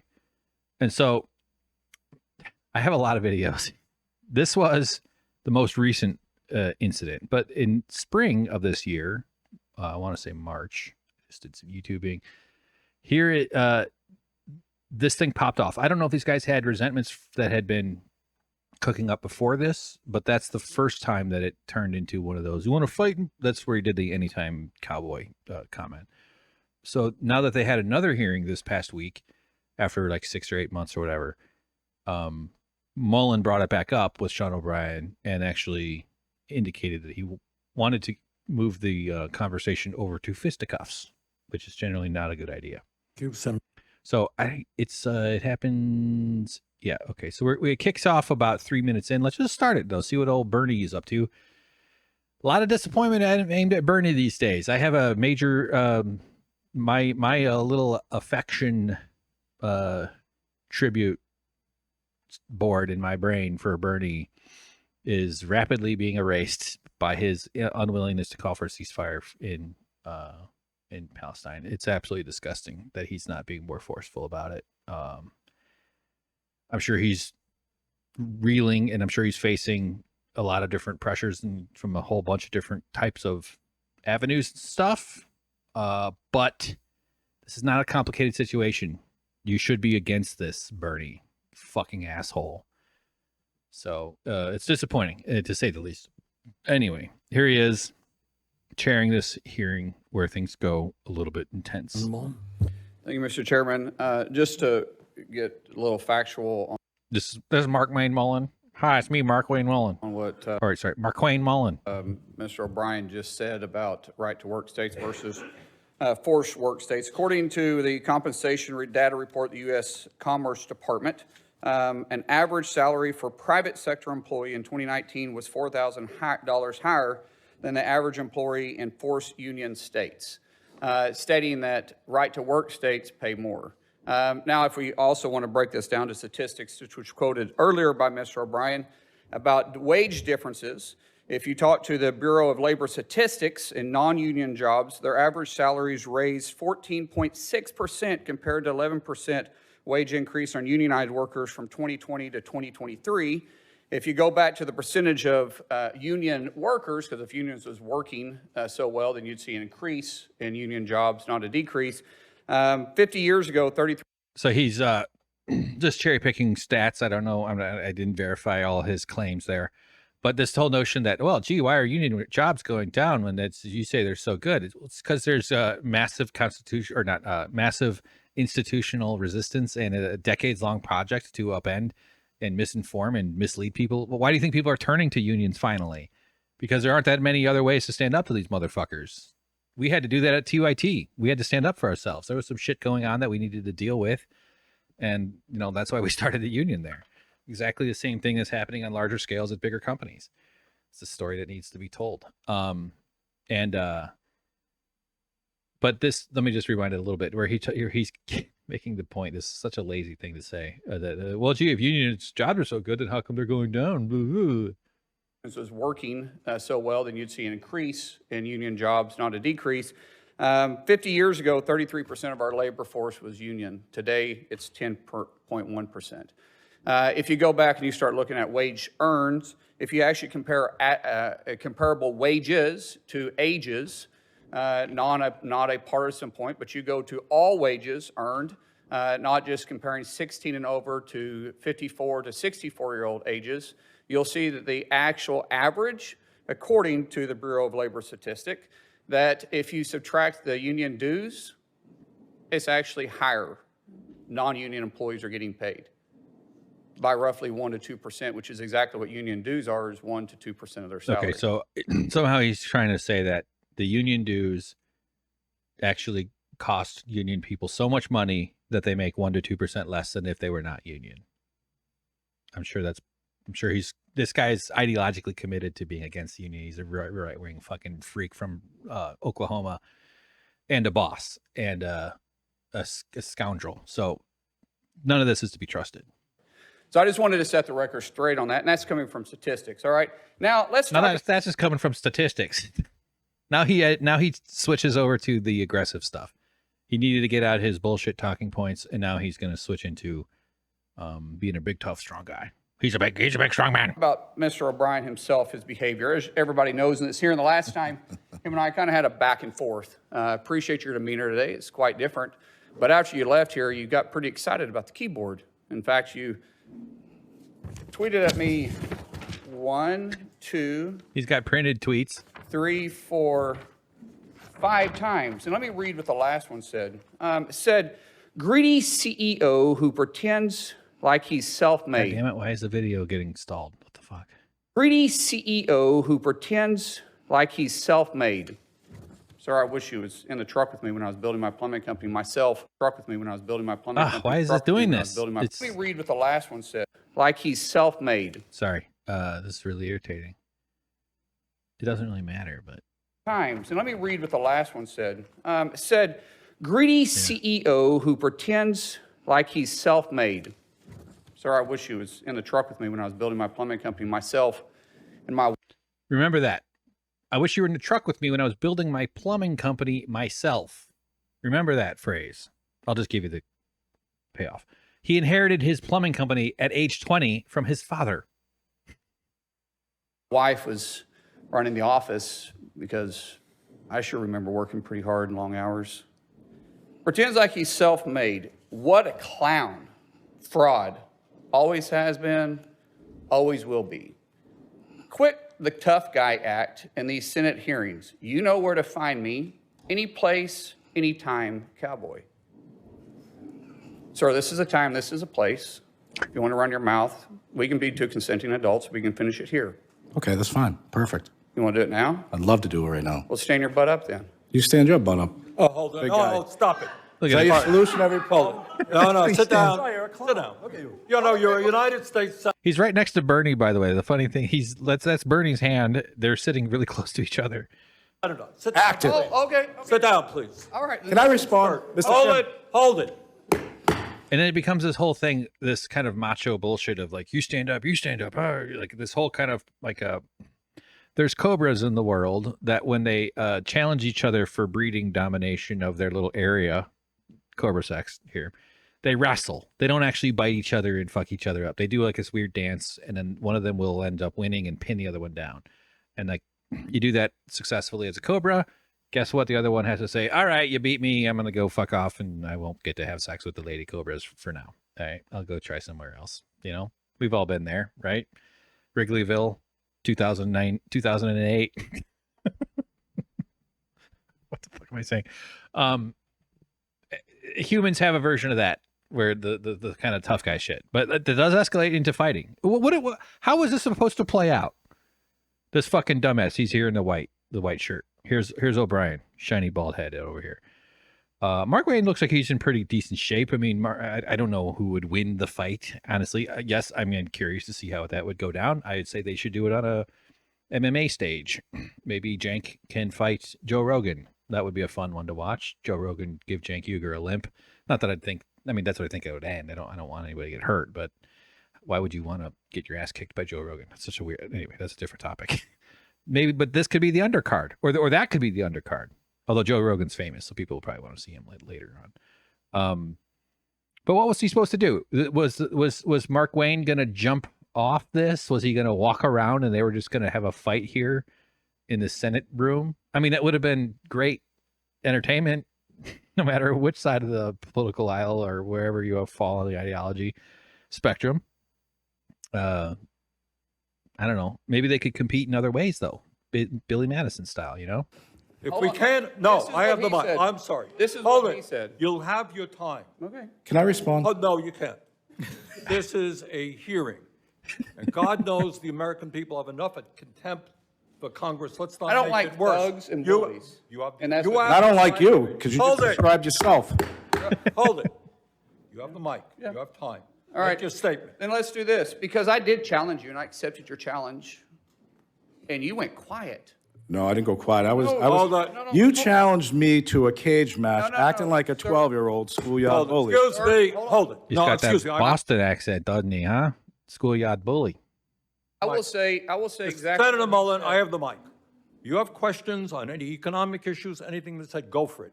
We're not here to talk about physical abuse. You brought. We're not him talking in. about. We're here to talk about financial abuse only, not physical abuse. Congress, the Senate, we do financial abuse. We hurt people with economic policies. Of course, And let me show you his hearing, because I want to expose this thug to who he is. And Could you not point at me? That's disrespectful. I don't care about respecting you at all. I I don't respect people that respect you at all. respect. So All right, hold it. let me Hold it. No. You're one of No, 100 of the most Hold elite it, people please. acted. Please. All right. This is excuse me. This is a hearing to discuss economic issues. All right. If you have questions for Mr. O'Brien. Like, doing this at this meeting is just classic guy who wants to fight, who knows his friends aren't going to let him fight. You know, oh, fight, but he knows absolutely that there's no way that any fight's going to happen here. I hate fighting. I've been in a couple of little scraps. I've had not been any big ones. I don't believe in fair fighting, honestly. Like, if you fuck with me, I'm going to fucking hurt you hard. I don't necessarily want to kill somebody. But I hate violence. I'm imagining a lot of violence right now, and it's stressing me out. This is all annoying and stupid and embarrassing as a society. But if you're going to actually try to fight the guy, you go up to him in a place where a fight can happen. He's literally in a place where it's impossible for a fight to break out. At least confront him somewhere where it's possible. If you actually do want to push that. I mean, human beings are like these, 200-pound gorillas that have these battles, and humans are scary animals. I don't, on the whole, I like talking about this, but like most, a lot of not most, but there's plenty of huge, scary predator animals in the world, and one human on their own is pretty weak. But human versus human, and you've got a whole different, that could be worth. What am I trying to do? I don't know what I'm saying. Or anybody else. So let's see some coverage of this. Sorry, I'm just KOCO 5 News. Oh, hold on. Big guy. Oh, stop it. Is that your solution, Hold it. No, sit down. It was a heated exchange today on Capitol Hill between Senator Markwayne Mullin and Teamster boss Sean O'Brien. He's not a boss, but unions don't have bosses. That's not at all. He's the president. He's the leader. You could say he's democratically accountable to the. That's not that she knows she's doing that, but that's like anti-union propaganda is to call the union bosses, because they know we don't like bosses. They're supposed to be against that whole fucking thing, and the bosses are the issue in the world. We need to end the era of employerism and bossism and have leaders who make decisions that are and they're held democratically accountable in a society and an economy that functions to produce dignity for everybody, not just wealth for the fucking bosses. So they use that word intentionally. I don't think she's doing that. It's just a very common thing to say, like, duh, union boss. Like, that's a very common phrase. This happened during a Senate committee hearing on the condition of American workers. And joining us live right. It would have been fun if Bernie and Markwayne Mullin got into it. Like it just kept going. Like Bernie's hands go in front of him a little bit because Bernie sticks his arms out, and then the guy pushes his hand away, and then Bernie and him have a scrap, and Bernie just fucking wrecks him. Just goes a total like anime crazy on him. Right now is Senator Fighting. Mullin. Oh, they got him. Appreciate you taking the time to talk with us this afternoon. Let's get Absolutely. right into it here. What exactly happened today, and what is this feud between you two all about? Well, last summer, him and I had a conversation in a hearing, and it got pretty heated at that time because the guy's a thug. I mean, he's an absolute thug. He said he wanted to bring back the mobster mentality to the Teamsters. He's been in trouble multiple times with the law for harassment. He's been expelled from the Teamsters before for harassing own members. And after our hearing last time, he kept tweeting at me. He kept going 5 or 6 times. His last tweet, though, he said He said I was a clown and a fraud, and that I was despicable and all this stuff. But then he said, you know where to find me anytime, any place, cowboy. Well, I responded back to him at the time and challenged him to an MMA fight for charity, September 30th. He never responded to me. Well, coming back into this, the conversation got heated again. I read his tweet to him, and he called me out and said, anytime, any place. And listen, from Oklahoma, being raised in Oklahoma all life, you don't do that. You don't go run off the mouth unless you expect to be called to the carpet. And I did that.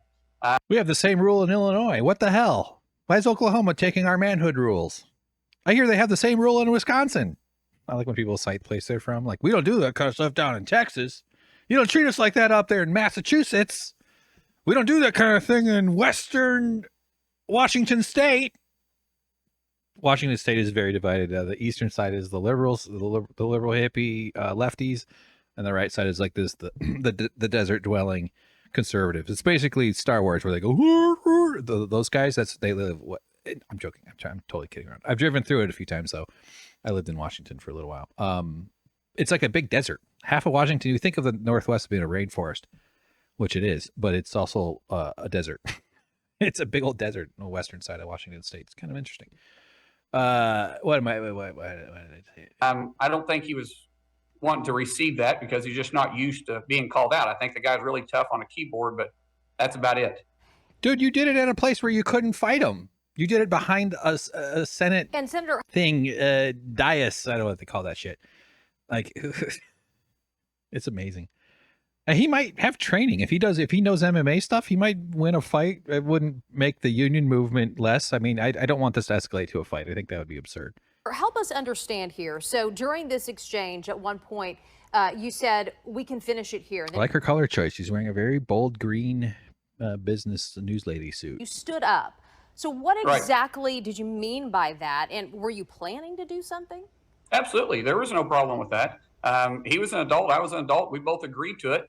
In the Senate, that's not uncommon. Member Andrew Jackson had 9 duels. And when he was... Oh, that's right. Yeah. Andrew Jackson had 9 duels, he says. That proves that they would have been fine to do that in a Senate hearing. So stupid. I got to pause for a break. Got to run an errand. I'll be back and we'll get back to it. Okay. I'm back. Let's keep going. He was president and finished all 9 of them. He also knocked a guy out in a dinner at the White House. There's been multiple duels and multiple canings that's taken place in the Senate. Oh yeah, he was talking about Andrew Jackson, and I don't know the history of the violence in the Senate, but maybe you've opened up the wrong portal when your United States senator, who is on one of the 100 most powerful people. I know that's a simplification, but senators are very powerful people. 2 per state. California gets 2. Dakotas get. We should unite the Dakota. I think, yeah, we should just and that he's going on local news or on news to defend his attempt to start a brawl during a Senate hearing by citing previous times. And he's going back a couple of 100 years to when the psychos who were senators back then with their thick wool petticoats, I don't know how they dressed really, with their fancy lad wool hats, with their wigs and their nice little doily leggings with their schoolgirl stockings up to their knees. When they were smacking each other around with powdered guns, meaning powder fired rifle and handguns. What are they fucking called, those things? And canes and battles. I just totally farted out that thought. None of that made any sense. At sometimes, every now and then, you just need to be called out on it. And this guy, he's a thug, and he wanted to continue to do what he said he was going to do. He just didn't expect I'd call him out on it. And absolutely, if we were able to finish it, we would have finished it. Well, there you go. There's a healthy display of conflict resolution and masculinity and American jurisprudence and responsible adult behavior. Is this guy who deliberately chose to try to fight a dude to just sitting next to Bernie Sanders because he's a senator behind a giant wooden desk. I don't know. Is it called that a dais? I don't know. Whatever. A hearing room, a very important kind of official room where it would have been impossible for him to get into a fight. the chances of that ending up with those guys, they both would have had to have leapt over their tables and just met in the middle, and then a bunch of other people would have jumped on them and, you know, pulled them up. I don't know. It wasn't going to happen. And then he's sitting there acting like he's the tough guy. Senator, we tell our kids so often, do not resort to violence. You are one of the most powerful men in the country, challenging someone that you disagree with to a fight at the U.S. Senate. How do you justify that? Well, fights happen. You know, boys are boys. I raised 6 kids. I got 3 boys, 3 girls, and every now and then they're going to get in a fight. They're going to get in a fight at home too. And it's not, you know, it's not something we encourage, but it's going to happen. So the fact that his children are violent is a reason why it's okay for him, for this fucking loser to try to start violence at a Senate hearing. I mean, I'm not singling out his kids. Yes, children get into physical altercations. I think that's unfortunately a fairly normal thing in our world. We could probably minimize that in a better society. I don't think it eliminated ever, really. You know, animal's going to animal, right? But that is not exactly a great justification. He could have just said, I was defending myself, and like people would have kind of understood that one. That one makes more sense than, well, my kids get in fights. What kind of answer is I that? used to fight professionally, so I'm not looking for a fight. I'm not mad at the guy. Professionally. He just said something that he needed to be answered for. What was I supposed to do? Sit there and ignore it? That's not how I am. That's not how I raise my kids. He didn't raise his kids to be nonviolent. He raised them to be violent. You don't back down. You got to be responsible for your words. And if you're going to say it, then you need to own it. And that's what I tell my kids all the time. If you're going to do something, then you need to own it, regardless if it's a good success or if it's a mistake. Own it. And that's all I was doing. I was making him own his words. Well, Senator Bernie Sanders broke up the exchange, and he said Americans already have enough contempt for Congress. Do you agree with that? And if so, how do you change that? Well, this had nothing to do with Congress. This has to do with 2 adults. And if this guy wants to have a cup of coffee afterwards, that's fine. I fought guys professionally in the cage before that I'm friends with. I competed in wrestling and jiu-jitsu my whole life. And it's no hard feelings. It's just sometimes things happen. And at the end of it, we can shake hands like adults and we can settle our differences at that point. If the guy truly wants to sit down and have a cup of coffee, let's talk about our differences here. But I'm not going to allow him to do what he did. He's a bully, and he continues to bully. I mean, what do you expect? A guy that says he wants to bring back the mob mentality, we're supposed to ignore that? A guy that says anytime, any place, I'm supposed to ignore that? That's not how I was raised, and that's not what we do in Oklahoma. Well, your parents did a bad job raising you, Markwayne Mullin, or whatever the fuck your name is. Markwayne Mullin. Your parents raised, like, I'm not saying that you'd never back down, but this is a highly inappropriate, completely deranged behavior at the status that this dude is at as a senator. And he's just acting like I get it. Sometimes things escalate to a point where you're required to be physical, but there's also the option to not do that. That's another way. That's another way to approach things. You don't necessarily always have to initiate. He instigated this. It's just, you know, I'm not a pacifist. I'll definitely defend myself if I have to. I mean, if this guy has jiu-jitsu and he's done MMA competition, he's probably pretty difficult to defeat. That's all the more reason why he should have more responsibility about his abilities if he does actually have training. Training always trumps even most toughness. So if you don't have training and you're against a guy who does have training, you either have to get really lucky or just have some sort of major physical advantage that they just can't overcome, or a combination of the two. But training trumps everything. Like me, I don't know, this is all just gross talk anyway, but if I fight a guy my size and neither of us have training, I'm going to bet on me just because I have a high pain tolerance and I'm fucking crazy. I will go absolutely batshit nuts. Right? That's just how I'll do it. But someone my size or smaller, although not all the way smaller, but you know, smaller than me, and they have a little training, I'm done. I'm gonna get whooped. Training makes a big difference, especially having already scrapped and been punched a few times. Like Peter, I mean, there's a huge difference there, and that's why violence is so gross to me. It's just I'm stressing myself out just idly fantasizing or idly contemplating the idea. Senator O'Brien called you an embarrassment to Oklahoma during the exchange. A lot of people online are obviously talking about this. It's getting national attention. What do you have to say about what happened there? It'd be funny if you offered to fight the guy for saying that. Oh yeah, you want to fight me there, KOCO 5 News guy, ABC? It happened. I didn't start it. Yes, I absolutely did not start it. I didn't go after him. He brought it back up this time. He didn't. He literally went out of his way to start it. Today, he's claiming that the first time was what started it. He was just finishing.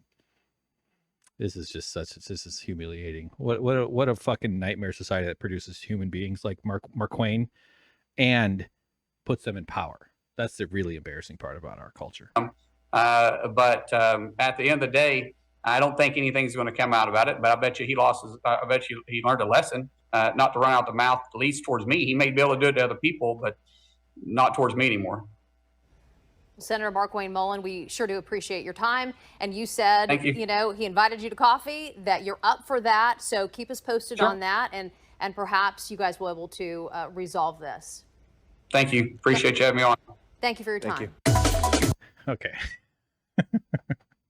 Here he is again. This is all probably just terrible. Let's just go. Yes, sir. Senator, just tell us why you. I want to back up because I know he walks up here as if he's. We already talked. Yes, sir. Senator, just tell us why you think what happened today in the hearing happened. Well, you should probably ask him that. I mean, he's the one that kept tweeting at us. We didn't respond until the 5th tweet, and when he said any place or any time, we didn't respond until we were egged on into it because we're immature and impulsive bullies. Place, where to find me, cowboy. I thought, well, this is the time, this is the place, and you don't do that in Oklahoma. You don't run your mouth unless you're going to answer the call. Well, yeah, that's right. This Senate hearing room next to Bernie Sanders is the time and the place. I mean, technically, he's not wrong. It is a time and a place. It really narrows it down. Well, he said he wants to fight me somewhere in the cosmos. I mean, we are in the cosmos, technically. You ever think about how life is just this entropic amalgamation of information concentrated into a temporary vessel that we call life, that is truly probably the most rare thing to exist in the entire cosmos, the self-awareness of the universe being aware of itself, recognizing the imperative of love and joy that can be exchanged between animals and harmonized between creatures living together. Do you ever think about that? Well, let's fight me, motherfucker. Come on, I did it before. That might be the question. Was that the place? Is a Senate hearing the right place to challenge someone to a physical confrontation? Well, I'd already challenged him to September 30th. He could have done it then for charity. I said April. They have the what's called the smoking guns charity for the firefighters. Like wouldn't you get fired in most jobs if you just stood up at a meeting and were like, "Oh, you want to fight me? Let's fight. Let's have a fight." That'll at least set off a major HR thing, right? Doesn't that get looked into? Wouldn't you usually get fired? I mean, at most jobs, if you threaten to fight somebody, like, isn't that kind of escalate, especially like these important, prestigious, high status roles, such as a United States senator? Like this isn't just some fucking drunk guy at the riding at the mechanical bull convention after a few too many Schlitz pops, working himself up into a froth. What am I thinking of for? Lather? A frother? We could have done it then. I've been happy to, but he said stand up, and so I stood up.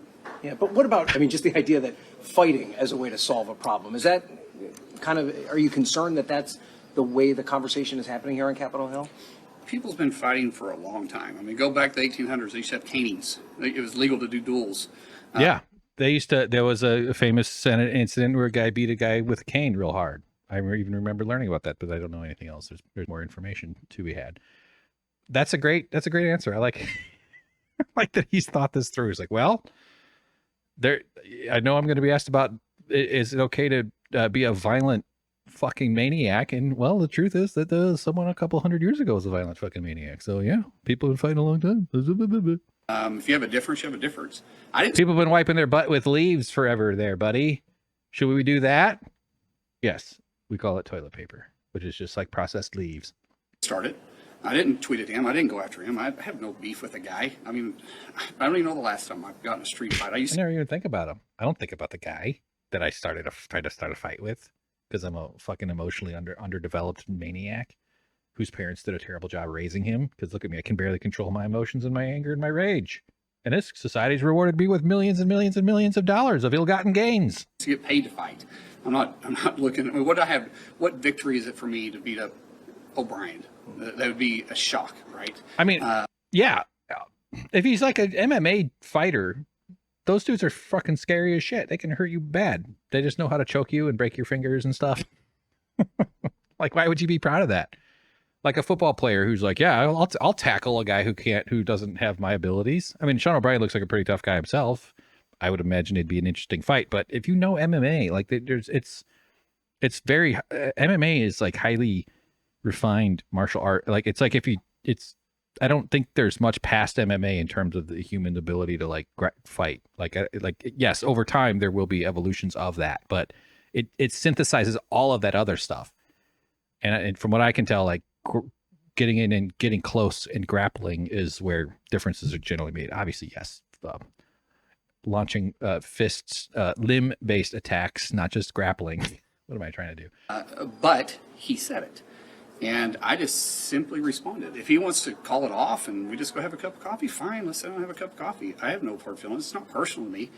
He just challenged me, and I accepted the challenge. Do you regret this moment at all? You should probably ask him. I mean, he's the one that said it. I don't regret asking him. You know, he said anytime, any place. So. And has leadership talked to you at all about this? No, not at all. Have you done any? No. I'm just a very important person in the world, and I get paid a lot of money by by taxpayers. And of course, the leadership of my party wouldn't at all address this with me. Of course not. Why would they? What is this? What is this? A place of employment? A place of the what is this? The Citadel of Liberty? Of course, I wouldn't have a conversation with my superiors about the fact that I am a violent maniac trying to pick fights. I just love the idea that Bernie Sanders goes into like Street Fighter, some kind of like crazy mode where he just starts whooping ass. Him at all, or has he reached out to you, O'Brien meaning? No. Reached out to you afterwards? No, so. not. You know, I ended it and said, if you want to end it here, that's fine. You want to sit down and have a cup of coffee, I'll sit down and have a cup of coffee. It's not personal to me, guys. This is nothing personal. It's just he made the challenge, and I accepted it. It's just that simple. What about just the general tension right now on Capitol Hill? Do you feel as though there's more angst than there has been at other times, and is it preventing you from getting things done? I can only speak for my time here, right? Ever since I've been here, there's always been a little bit of tension.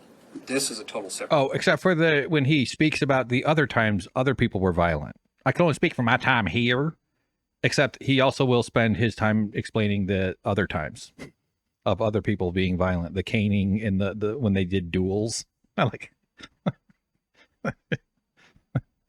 That is funny.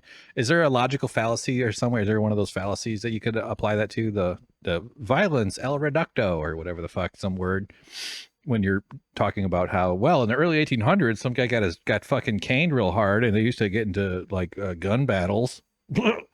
Obviously that means I'm correct. Separate issue. This doesn't have to do with policy. This doesn't have to do with politics. This had to do with the guy calling me out. And I simply responded to it. So I don't think the two are really comparable. This has nothing to do with me against unions either. I have nothing against unions. I made that very clear at the end of the hearing. I have nothing against unions. A lot of good friends and family are union members. This has to do with just his thug mentality. I mean, look at his background. Look at his history. The guy has a history of this constantly. And he was the one after he became president. He was the one to bring back the mob mentality. What the heck is a mob mentality? And then you're going to bring that mob mentality to me? Okay, well, you can't run your mouth against me. I'm just not that guy. If you want to run your mouth, then we can settle it a different way. But you don't do that. And especially somebody from Oklahoma. Maybe you can do that from someone from New Jersey or New York. I don't know. I've never lived there. But in Oklahoma, don't piss off the New Jerseys and the New Yorkers, okay? The New Jerseys and the New Yorkers will go to war, man. I've seen most television shows and movies, okay? That is the truth. I just love that. I want like a region of the country, like a state where they're like, well, just being from Wyoming, we're just fucking, we're little sissy boys. Oh, just Wyoming, we just can't do it. Like if some of them, one unique spot that just owned it, that they didn't want to do any of the other honor-based sort of violent machismo stuff that every other place is. I mean, hell, California, people think California's I've seen people in California. Sons of Anarchy is based in California, motherfucker. You know what that means? Tough guys. There's tough guys everywhere is my point. We're the tough guy society. We have to be. They're the ones who usually the news gets made about. They don't make stories about dudes that are just getting through things and being okay about it all. All right? You don't do that. It's the same thing. You don't flip somebody off unless you want to get your finger broken in Oklahoma. That's just the way it happens. Here, That's right. That's right. Oklahoma is well known as the finger broken state. If you flip someone off, broken finger. Honor, baby. People seem to use that gesture all the time, and it's not the same. Words matter in Oklahoma. There were some tiffs also on the House side today. And more broadly, what do you think could be done to like lower the temperature? Yeah, and bring more discourse here. That old stuff with Burchett and Kevin McCarthy. Yeah, so he's referring to intra GOP thing. This guy, I was going to do a whole thing about it, but this guy like got elbowed in the back by Kevin McCarthy, which is a real scoundrel thing to do. And then he went on interview or some reporter and he like detailed it all. And I guess they're like going at it each other some more. So real great, real good kind of. So it's healthy. It's really reassuring that these are the human beings who plinko the machine their way all the way to the top or the bottom. Oh, God, I've mixed my metaphors again. And get to call the shots for the rest of us. That's fine. That's fun. And I know Plinko's not really a machine. I'd call it a device.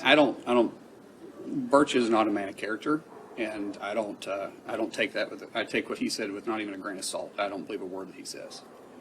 And do you feel confident that once this continuing resolution, if it ultimately passes, I mean, you're not really solving any of the problems, right? No. I mean, how can you get all this stuff done? All right, enough of this fucking asshole. Although, I mean, of that video, I've got a hell of a lot more, actually. So here's the Hill. I'm not going to just read this all. You've already seen all this stuff.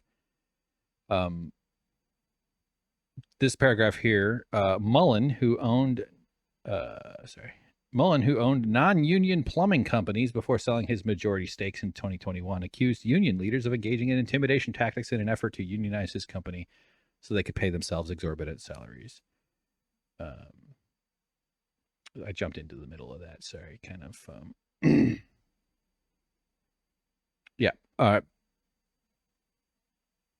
This is quoting, we hold greedy CEOs like yourself accountable, O'Brien responded. You want to attack my salary? I'll attack yours. What did you make when you owned your company? Mullin, who had a net worth ranging between $31.6 million. Boy, that's a lot of plumbing income. Just driving around in the truck while your wife does the office stuff, huh? It's just that simple. Or maybe you had workers. Maybe you're a fucking parasite that required other people to show up and do the work so that then fill your bank account with money off the labor of others, the non-unionized labor of others. And between 31.6 and 75.6 million in 2020, according to personal financial disclosures analyzed by Oklahoma newspaper Tulsa World, said that he kept his salary to around $50,000 to invest more money into his company. Somehow he only earned $50,000, yet the net worth is above 31 million. That seems weird. That sounds a bunch of fucking bullshit right there. That sounds like capitalists cheating the system, or I should say good business, as we like to call that. You mean you hid money, O'Brien said, prompting visible outrage from Mullin. This must have been, when was this? Oh, so this is from the March incident. Okay. I am terrible at this. I totally fucked up this whole podcast by switching to this article. This is earlier. God damn it. I'm so sorry. I did mean to switch back to this. So here's the earlier incident, just for context. Is that they are the authentic voice. By the way, this is everybody's favorite ex-boyfriend, Chris Hayes. Of the working class against the woke elite. Your parents just wish you'd get back together with that Chris H. boy. Wouldn't that be nice? Whatever happened to him? He was so nice. It's an illusion that conveniently obscures the actual class and material interests at play. The GOP remains reliably a party wholly devoted to the bosses. We got to watch this whole narrative implode on itself in real time today in Washington.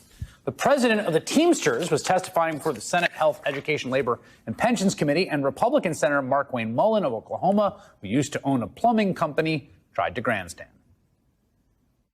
Union pipe fitters decided they were going to come after us. They would show up at my house. They'd be leaning up against my trucks. I'm not afraid of a physical confrontation. In fact, sometimes I look forward to it. When that didn't work, they started picketing. What a maniac. This guy's a dangerous person. Our job site saying, shame on Mullin. Shame on Mullin. For what? For what? Because we were paying higher wages? Because we had better benefits and we was. That's what union guys do. Union guys like to go to senators' houses and then yell at people because they pay their workers nice benefits and wages. That's exactly it. That's why Markwayne requiring them to pay your guys' exorbitant salaries.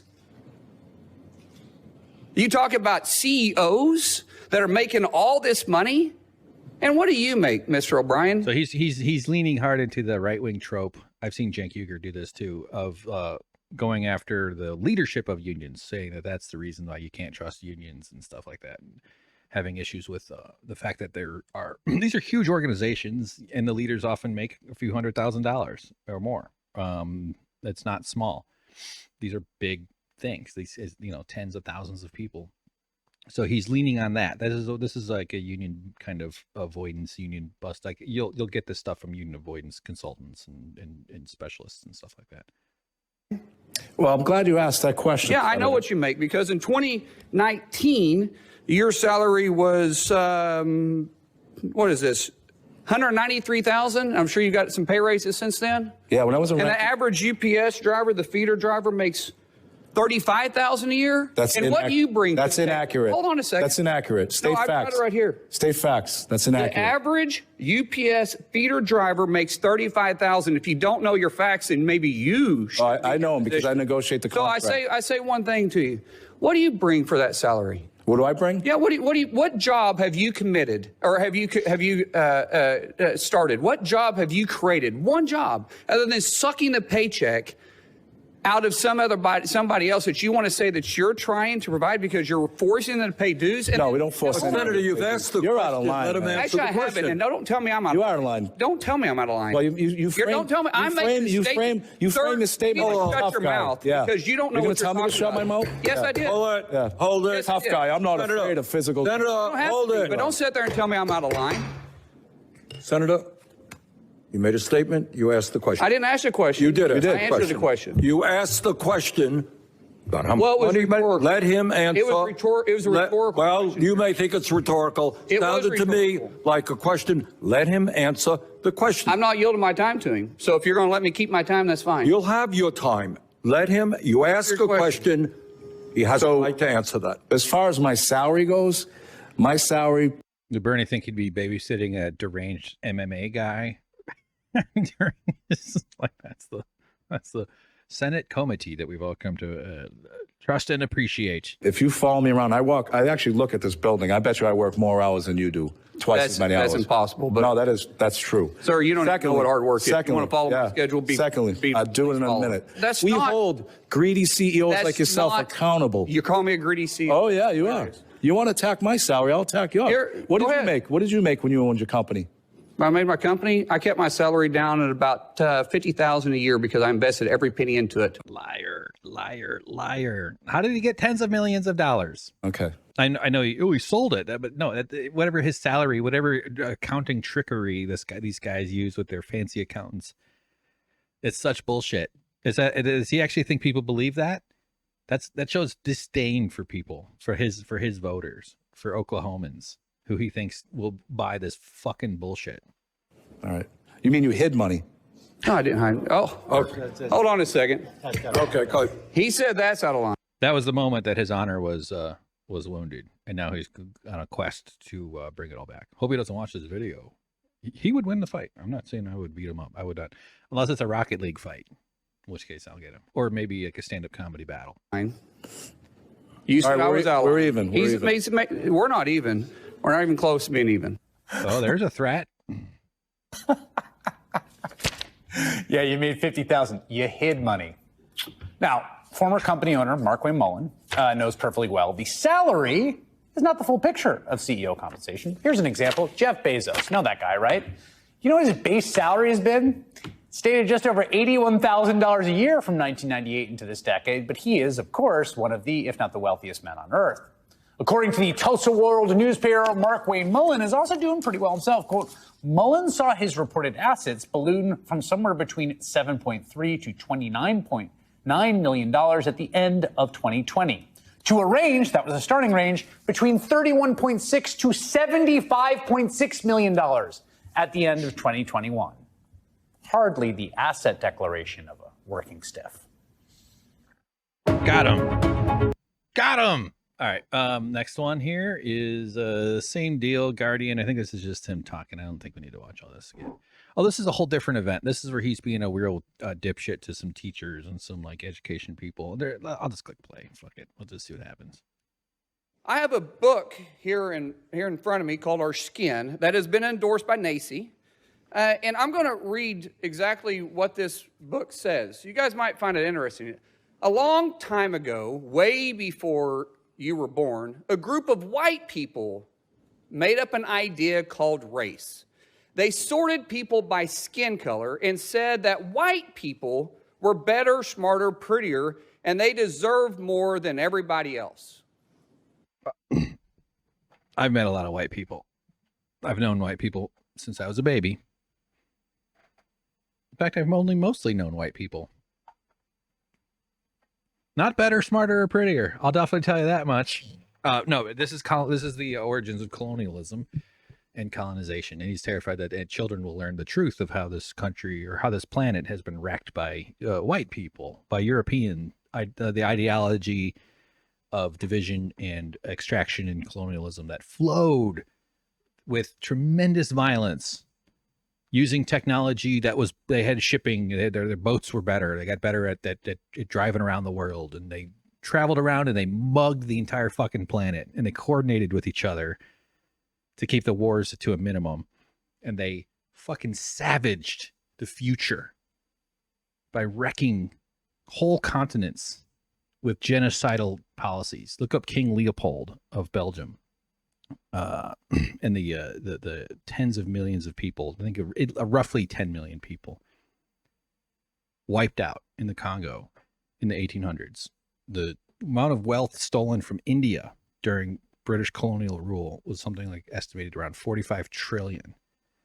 I don't have the number in my brain right now, but the amount of wealth produced by forced workers, by slaves, by black people in America is trillions of dollars of wealth that they generated for their captors.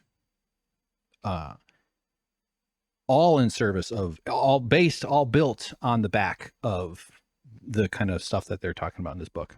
This would be taught if we socialize our pre-K system. This would be taught. Do you disagree with that findings in the book? 1,000%. How about we teach Jesus loves me? How about this? There you go. Yeah, it shouldn't say that white people came up with this concept of race and then used it to impose themselves on the entire planet through all that. It should have taught that Jesus loves us. You know, that white guy Jesus, the Palestinian dude who happened to be a hot white blonde guy with blue eyes. I don't know if they make him blonde. They usually give him like light brown hair in the portraits that they put on the walls. That's just so fucking weird. And teaching Jesus loves the little children. The lyrics go, red and yellow, black and white, they're all precious in our sight. Now, which one would you think would be better? I'll ask everybody on the panel, which is better to teach? This? What a dumbass. Okay, next one here is Shut Your Mouth, Senator Confronts. This is March 9th, 2023. So this is the same incident. I did group up these tabs. Thank you, everybody, for being here. And I want to make it very clear, I'm not against unions. I'm not at all. Some of my very good friends work for unions. That's always the thing you say before you are about to say something anti-union. He's a Republican senator. Think he's for unions? You think he hasn't voted or hasn't only ever done things to increase the leverage for bosses, to make the world easier for bosses to have leverage over workers? As I always say, everything always comes down to leverage. No matter what the scenario is, does this policy contain leverage or expand leverage for workers? And these fucking right-wing populist types, I'm not even sure if I'd call him that. He pretends to be. Like all these guys like to act like they just driving around in my truck, making money, working real hard with my wife at home. Just us two. How did you get millions and millions and millions of dollars? Because of other people's labor. That's fucking how. I don't care a shit about the rest of that one. So here's the part where Mark, the tweet from a article here, commondreams.org, friends of the show. Class war erupts at hearing as union leader and GOP senator exchange verbal blows. Thank you, God, for the word verbal. What if it just said blows? I would have been like, oh boy. Oh, am I old enough to watch that? Don't let them distract you, said Teamsters President Sean O'Brien. Unions create jobs, make work safer, and put more money in workers' pockets. Kenny Stansel, March 8th, 2023. But this links to the tweets that the guy sent out. So here's Sean O'Brien's tweet. For the record, Senator Mullin saw his reported assets balloon from a range of 7.3 to 29.9 at the end of 2020 into a range of 31.6 to 75 million. I know there's a whole bunch of stuff about how he sold his businesses, and I've got a ton of articles. Honestly, I kind of wanted to read them all and get them all fucking in my head and spit it all out in perfect summarized words, but I'm just kind of going to muddle through this and poke around. That's all I can muster these days. In 1997, at age 20, Mullin took over his father's business, Mullin Plumbing, when his father fell ill. In 2010, Mullin received an associate's degree in construction technology from Oklahoma State University Institute of Technology. He's the only currently serving senator without at least a bachelor's degree. That's fine. I'm not going to dog him for that. I think what we could do with more people who aren't hoity-toity college graduate types. So he got his business from his dad. This is generational wealth, you know. Business Insider Senator Markwayne Mullin ran a multi-million-dollar plumbing business and claimed he only took a $50,000 salary. His financial statements show otherwise. So he's a liar. He's a fucking lying scoundrel.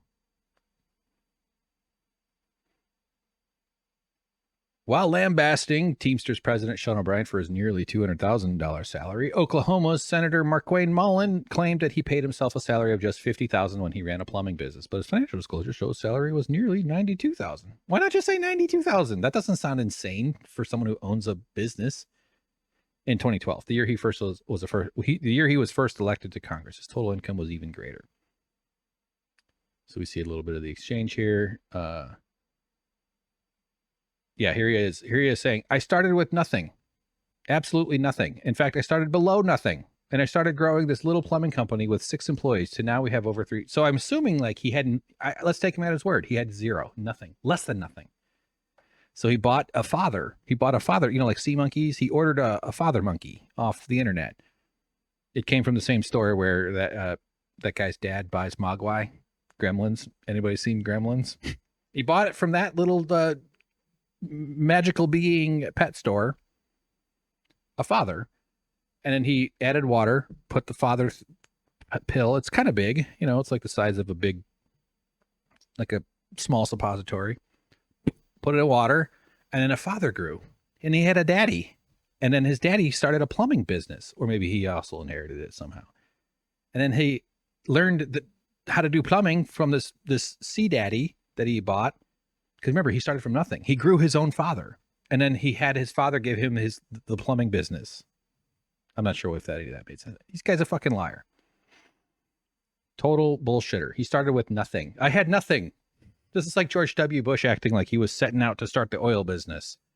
Starting out from nothing with his CIA Kennedy assassinating dad.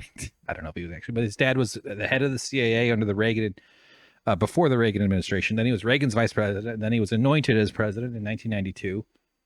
88. Yeah. Lame. So yeah, that guy's a total jack satchel. Talkbusiness.net 2014. There was something I was going to read here. Representative Mullin faces ethics investigation over his plumbing business income. What? A politician, capitalist scoundrel lying to the society he claims to serve? That can't, come on. U.S. Representative Markwayne Mullin, R. Westville, Oklahoma, could be in hot water now that the House Committee on Ethics has received a referral from the Office of Congressional Ethics regarding outside employment activities of the Eastern Oklahoma congressman. At issue is Mullin's continued involvement in Mullin Plumbing, a Broken Arrow-based business he and his wife have owned for at least for the last 17 years. Since taking office, Mullin has continued to be the face and voice of the company on television and radio in the Oklahoma City and Tulsa media markets, while also continuing active involvement in the company's day-to-day operations, according to the OCE referral.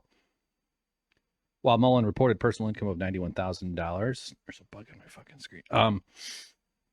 A winged one, so it's not gross. In 2012, when he was elected to Congress, the OCE report that was referred to the Committee on Ethics states that Mullin last year received income from Mullin Plumbing and other companies he owns in excess of $600,000. If Representative Mullin received more than $26,955 of outside earned income in 2013, I guess like you could have a lemonade stand, although $25,000 selling lemonade would be a very lucrative lemonade business. He may have violated House rules and federal law, the report states, adding that he may have also violated House rules and federal law if it is proven that he endorsed any services pursuant to outside employment, as well as serving as an officer or member of the board of directors for one or more of his companies. He was, you know, a lot of these guys have businesses, and they I don't know every single senator's or congressperson's setup, but they usually like step away in a formal sense. Although I'm very sure that most of the time that doesn't really mean they're not still making their comments or interests somehow represented by whoever they hand it off to. But like that's what Trump famously didn't do, and he has a huge network of, comparatively speaking, even compared to Mark Mullin here, or whatever, Markwayne Mullin. So Trump didn't refuse to divest from his all of his holdings or whatever the fuck, and so he made tons of money. I mean, Trump's corruption is far, far worse than anything this guy's done. This is all fairly standard stuff. So in 2014, they were onto him. Fox 23 News. You decide 2022.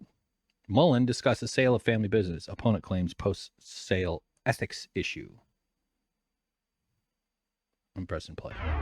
As part of our You Decide 2022 coverage, a Mullin plumbing ad you may have seen right here on Fox 23 is now the center of a House ethics complaint made against Republican Senate candidate Markwayne Mullin. Fox 23's Rick Marinon spoke with the congressman and his opponent about Mullin's plumbing business and its impact on the campaign.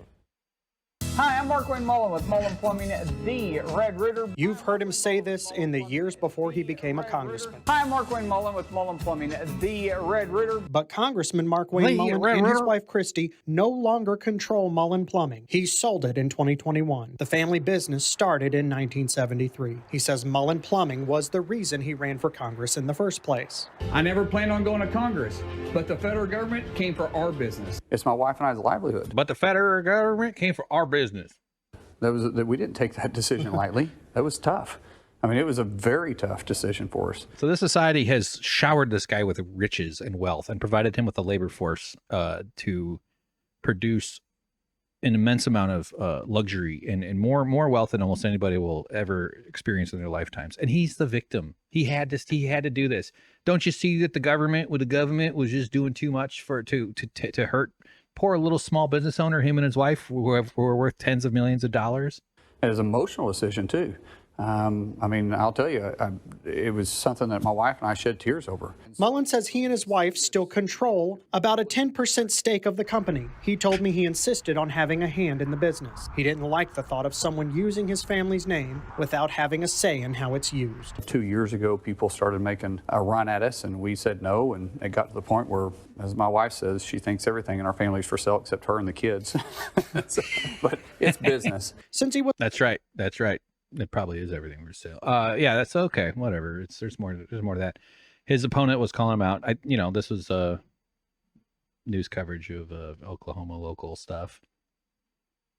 So right here, he's maintaining his minority stake. Next paragraph, and it's that minority stake is where his opponent, Democrat and former Congresswoman Kendra Horn, is crying foul, and it's also why an ethics complaint was filed with the U.S. House of Representatives earlier this year after the ad with Mullin's voice ran.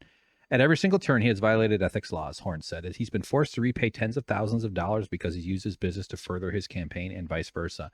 It is objective fact that he is much, much wealthier now than when he was in Congress. Sounds like Dianne Feinstein. Sounds like Nancy Pelosi. Sounds like a whole bunch of people from that fucking thing. Bernie Sanders is wealthier now, but he's been famous forever and made most of his money from books. But he's not like a 27 millionaire. He wasn't running some fucking business. Buy my books. Buy all my Bernie books.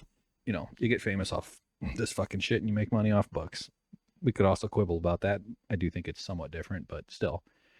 A lot of fame is monetizable.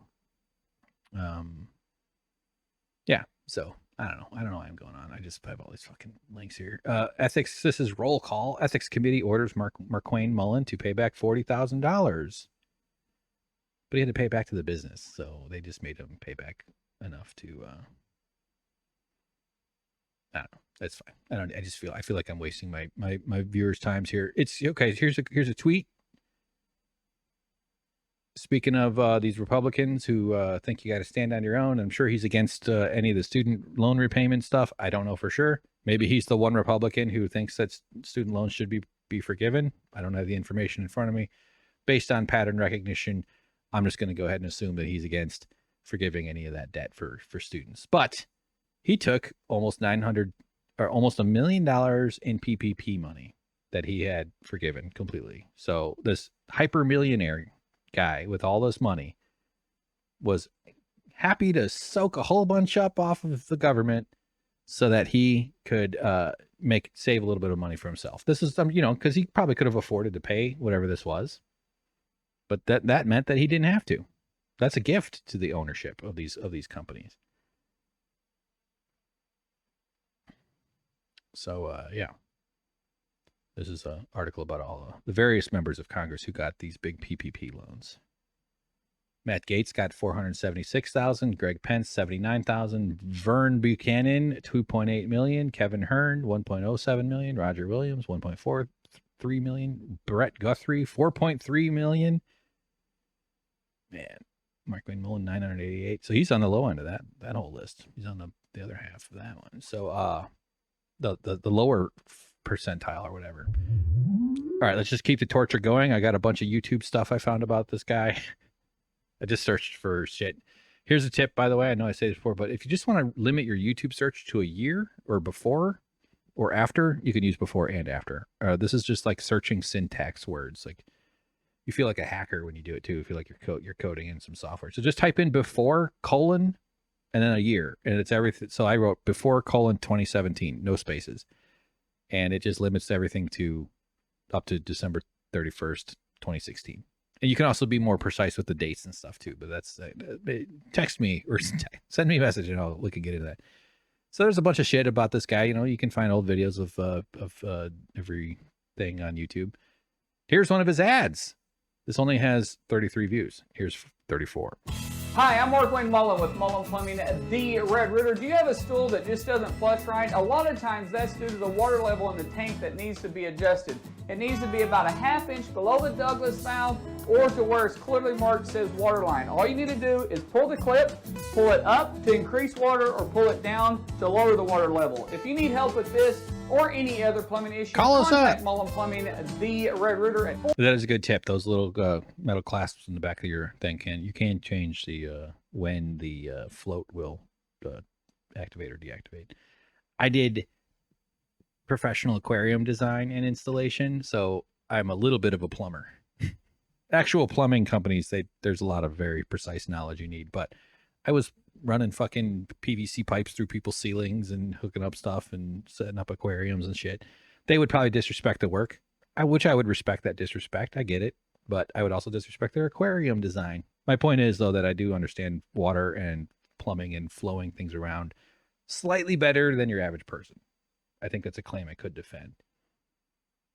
Not as much as like a person who's like a plumber. There's a lot that goes into plumbing. Plumbing's an interesting field. I actually considered maybe jumping into the plumbing world at a certain point. Now that I can't use my hands fully, that lots of roads are closed off to me. Hi, I'm Markwayne Mullin with Mullin Plumbing, the Red Rooter, bringing your plumbing The Red tip Rooter? today. How do you If you offend me, I will beat you up. I'm a violent psychopathic maniac, but I'm worth tens of millions of dollars, even though the fact that I'm the victim of this society, that's why I became a congressman, to change things. unclog your kitchen sink if it's clogged in the P-trap only? Well, let me show you a quick tip. What you want to do is take the kitchen sink Cover plunger, both sides. You're going to put it on the opposite side of the Yep. garbage disposal, then you're going to flip the disposal on. The pressure itself should clear the... See, I said it before he even did it. I knew exactly what he was going to get at. Pressure inside there. If you can do that. I've done that before too. They make things that just like fit those. There's like those plug things, but you can just like hold a plate over it or even jam a wet rag on top of it. Sometimes that's all you need. You can use a plunger to clear a sink actually, just because, but you got to make sure that you seal it, seal one side. That's what allows the pressure to work for you. And then you can plunge the other side. And now you're now you're pumping the pressure up and down, and that can dislodge whatever's blocking it. And if whatever's blocking it is a condom and or your lover's hair all wrapped up into one ball, you get a discount. Hair covered condoms get a discount. Why did I say that? Sorry. Hey, if you need help with this or any other, It's a good advertising technique though. Like you could see this working on Oklahoma TV in 2010, 2011, right? Like this is quality. I can see why you might get a phone call out of that, or you know, something there.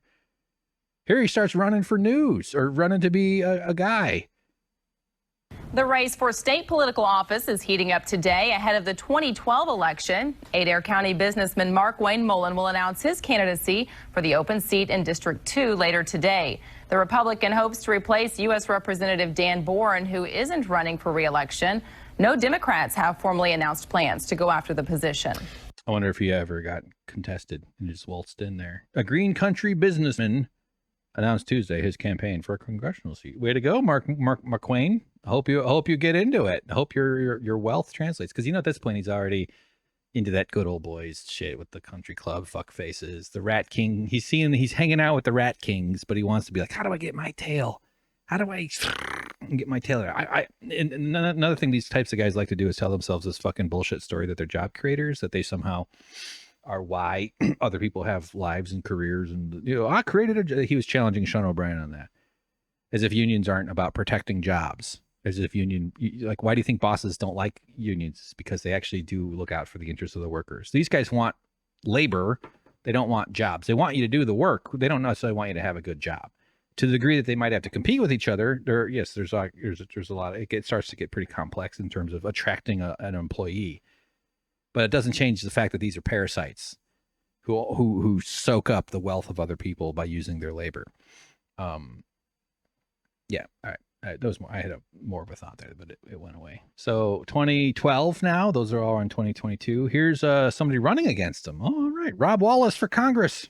I'm Rob Wallace. I approve this message. Markwayne Mullin's head isn't on straight. Sorry, that's just very funny. They had his hat spinning around.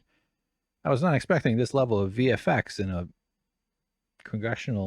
Oklahoma congressional campaign from 2012. Let's just rewind a little. Look how much it spins. Can I do single frame? I know there's a next frame. Yeah, look at that. Yes. I found a new podcast. This is all I'm going to do.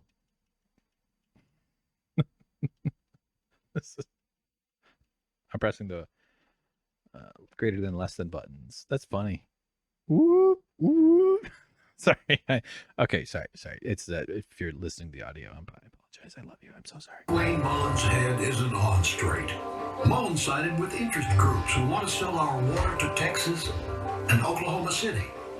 He supports radical changes to Medicare, costing seniors thousands more. Oh, so if you make it harder for people to access doctors, you increase the leverage bosses have over workers. But I thought he was a job creator. I thought he made it seem like his whole deal is that other people's lives are better. That's what job creators like to tell themselves.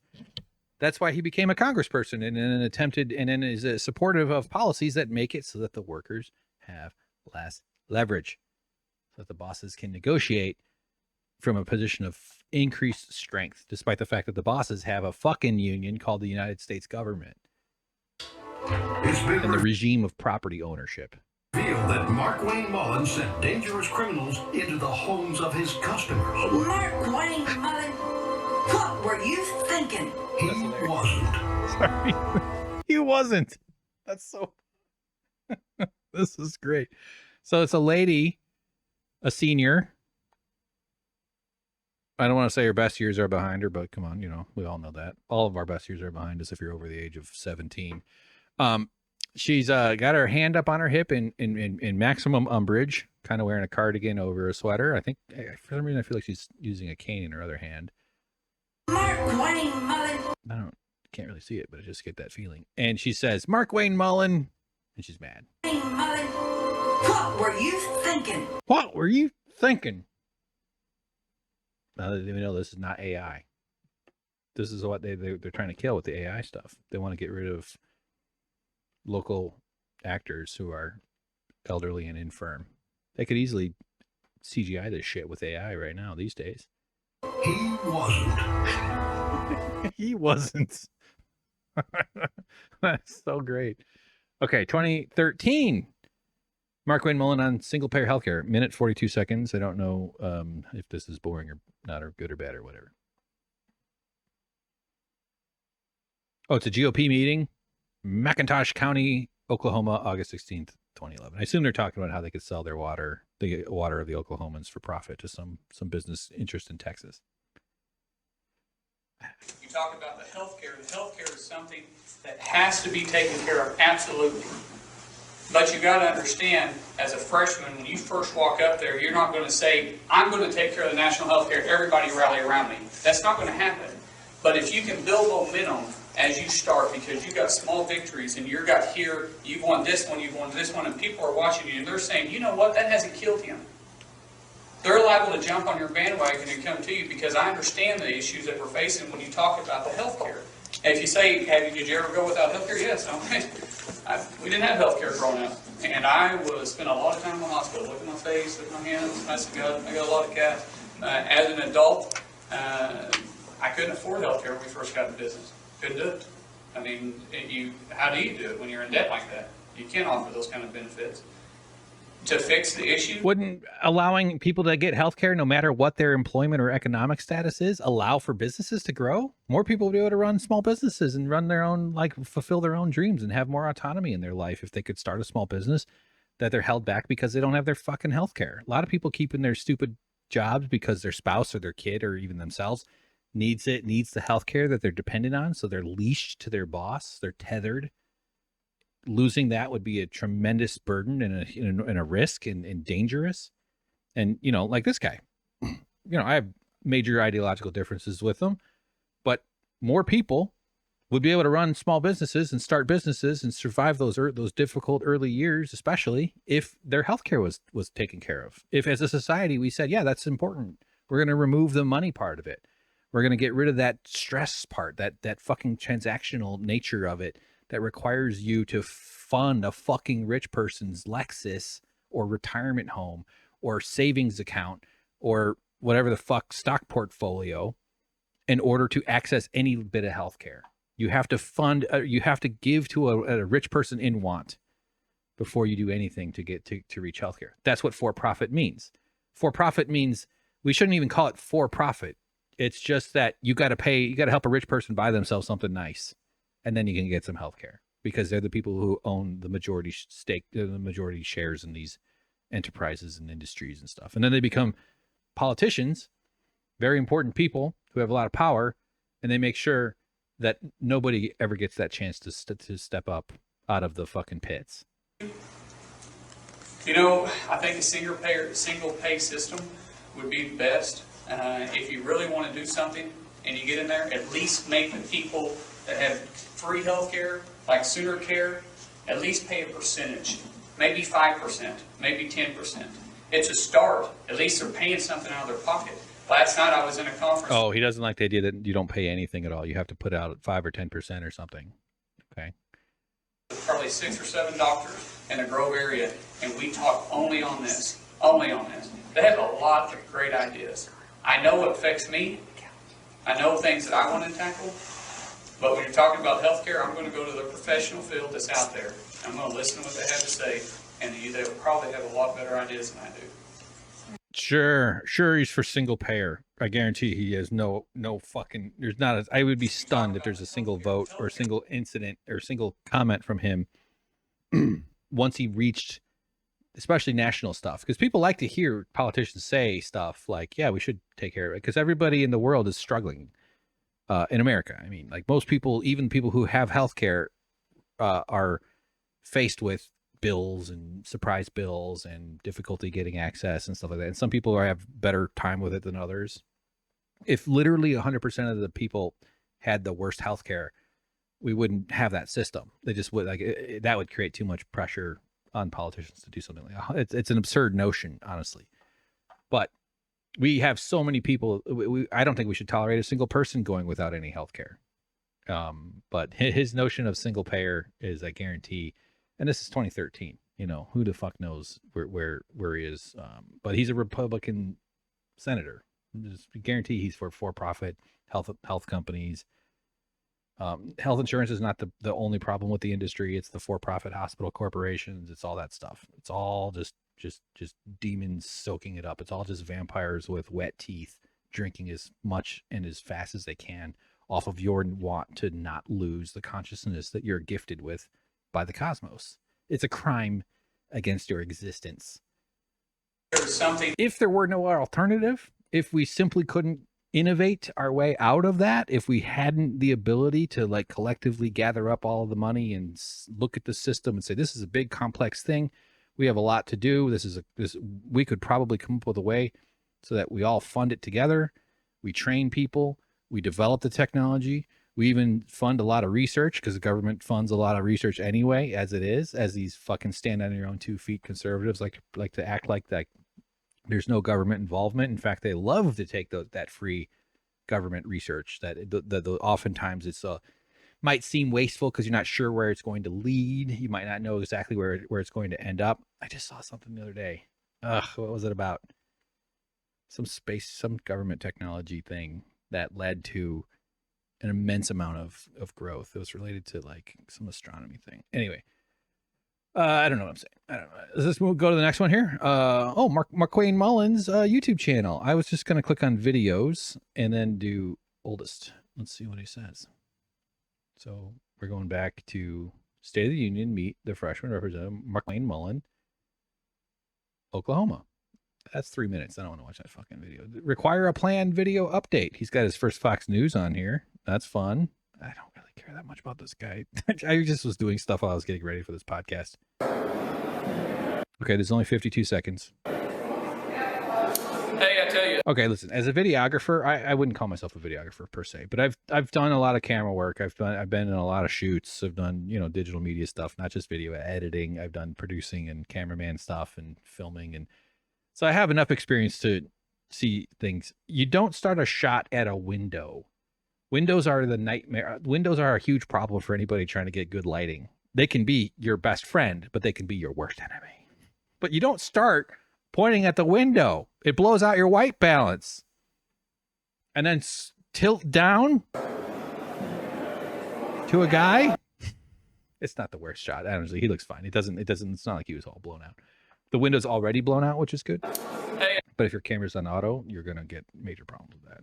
I tell you, I just stepped off the House floor, and I'm actually real excited because I'm headed to the airport in just a second, head back to Oklahoma, but I wanted to drop you a quick message.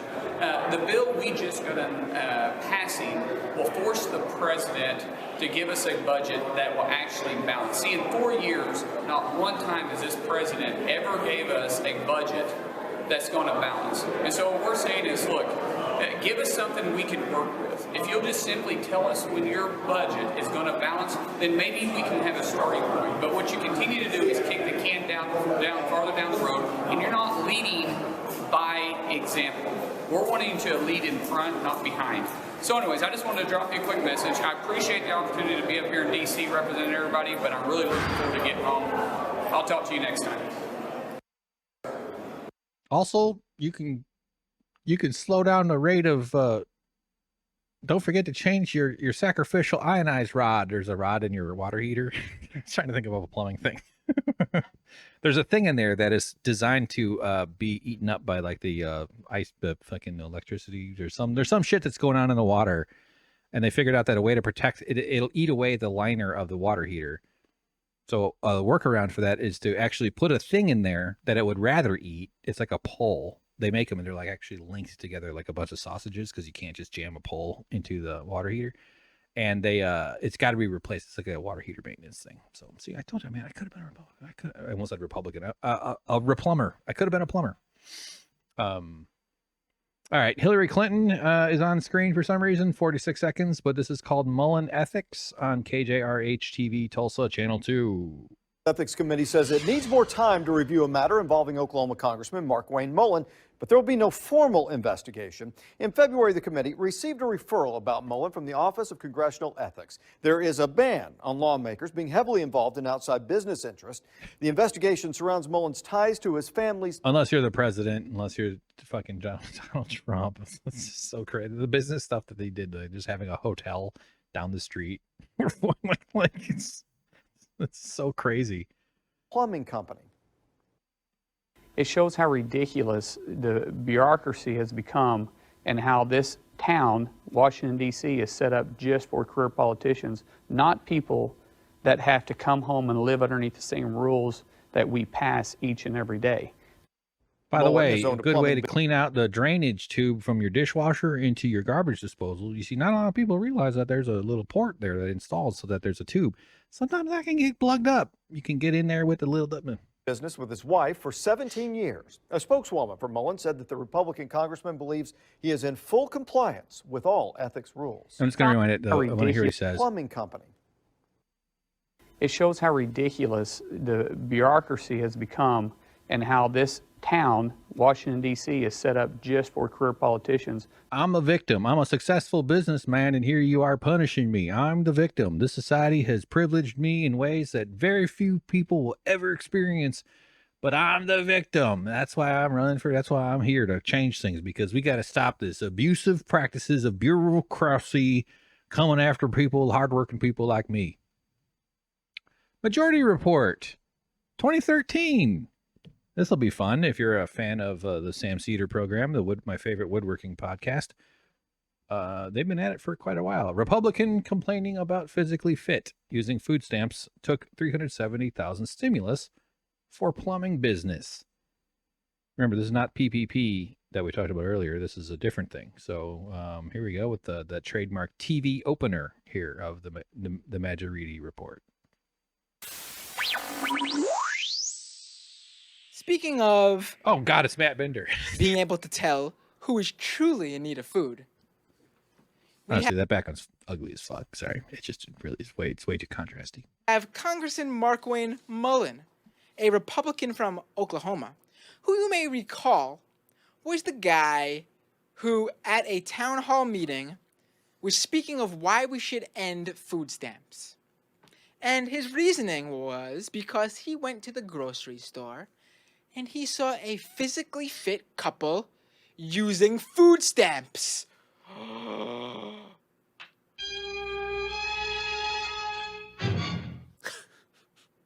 He went on to say, if I recall correctly, that well done. Way to use the sound machine. Guy was muscular, and this woman's wearing a tracksuit and was in peak physical shape. And as you all know, people who are in good shape, they never have any sort of problems like losing their job or having a job, but this job, maybe they're a Walmart cashier and they can't make ends meet with the pitted. Or they had to spend all their fucking money on healthcare to feed some vampire that donates to Markwayne Mullin's project. Of a Walmart hourly minimum wage amount they make, but that never happens. So Congressman Markwayne Mullin, it comes out now, this man who wants to end food stamps, who has remarked after winning his GOP House primary in 2012 that the government needs to have a limited role in our lives. We can take care of ourselves, folks. We can do it on our own. We don't need this big government. Well, Markwayne Mullin of Oklahoma, it turns out that he collected $370,000 in federal stimulus money for his plumbing company. That's different. He's gone on to brag about turning his plumbing company into a successful business. But, of course, he never mentions the government help that he received to make it thrive. Also, he's went on about how he did not need money to prop up his plumbing firm. He also doesn't mention that maybe was his plumbing company in need of the money? Or perhaps they were physically fit and he just took the money because he was able to find some sort of way to just take this like money. many companies that are already in great financial shape, there's all sorts of loopholes and breaks. I was wondering who that voice was earlier. That's Michael Brooks. This is and they're not even cutting to him. I don't think they have a camera. This is like when I was on Jimmy Dore Show in 2016. I was not on camera. You just heard my voice every so often. Of course. Just to take care of. I'll be fair to him. The stimulus money was for money that he received for plumbing in affordable housing in Northeast Oklahoma. I'll give him that. Okay. I'm not going to lie and say that he was, just taking this money and doing nothing with it. But while these are worthy projects, maybe he shouldn't be so judgmental of people. Maybe this physically fit couple who's on food stamps are very productive, working members of our society who, like I mentioned, just aren't making enough because that's just how it works today, where all these new jobs and all these jobs people are finding are jobs people assume only teenagers trying to make a little bit of extra income are working. Turns out that's not true.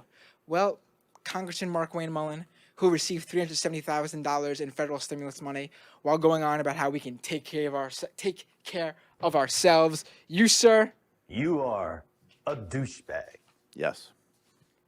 As Abraham Lincoln once said. Right. Nice button. Nice ending. Good. Funny. Nice. All right.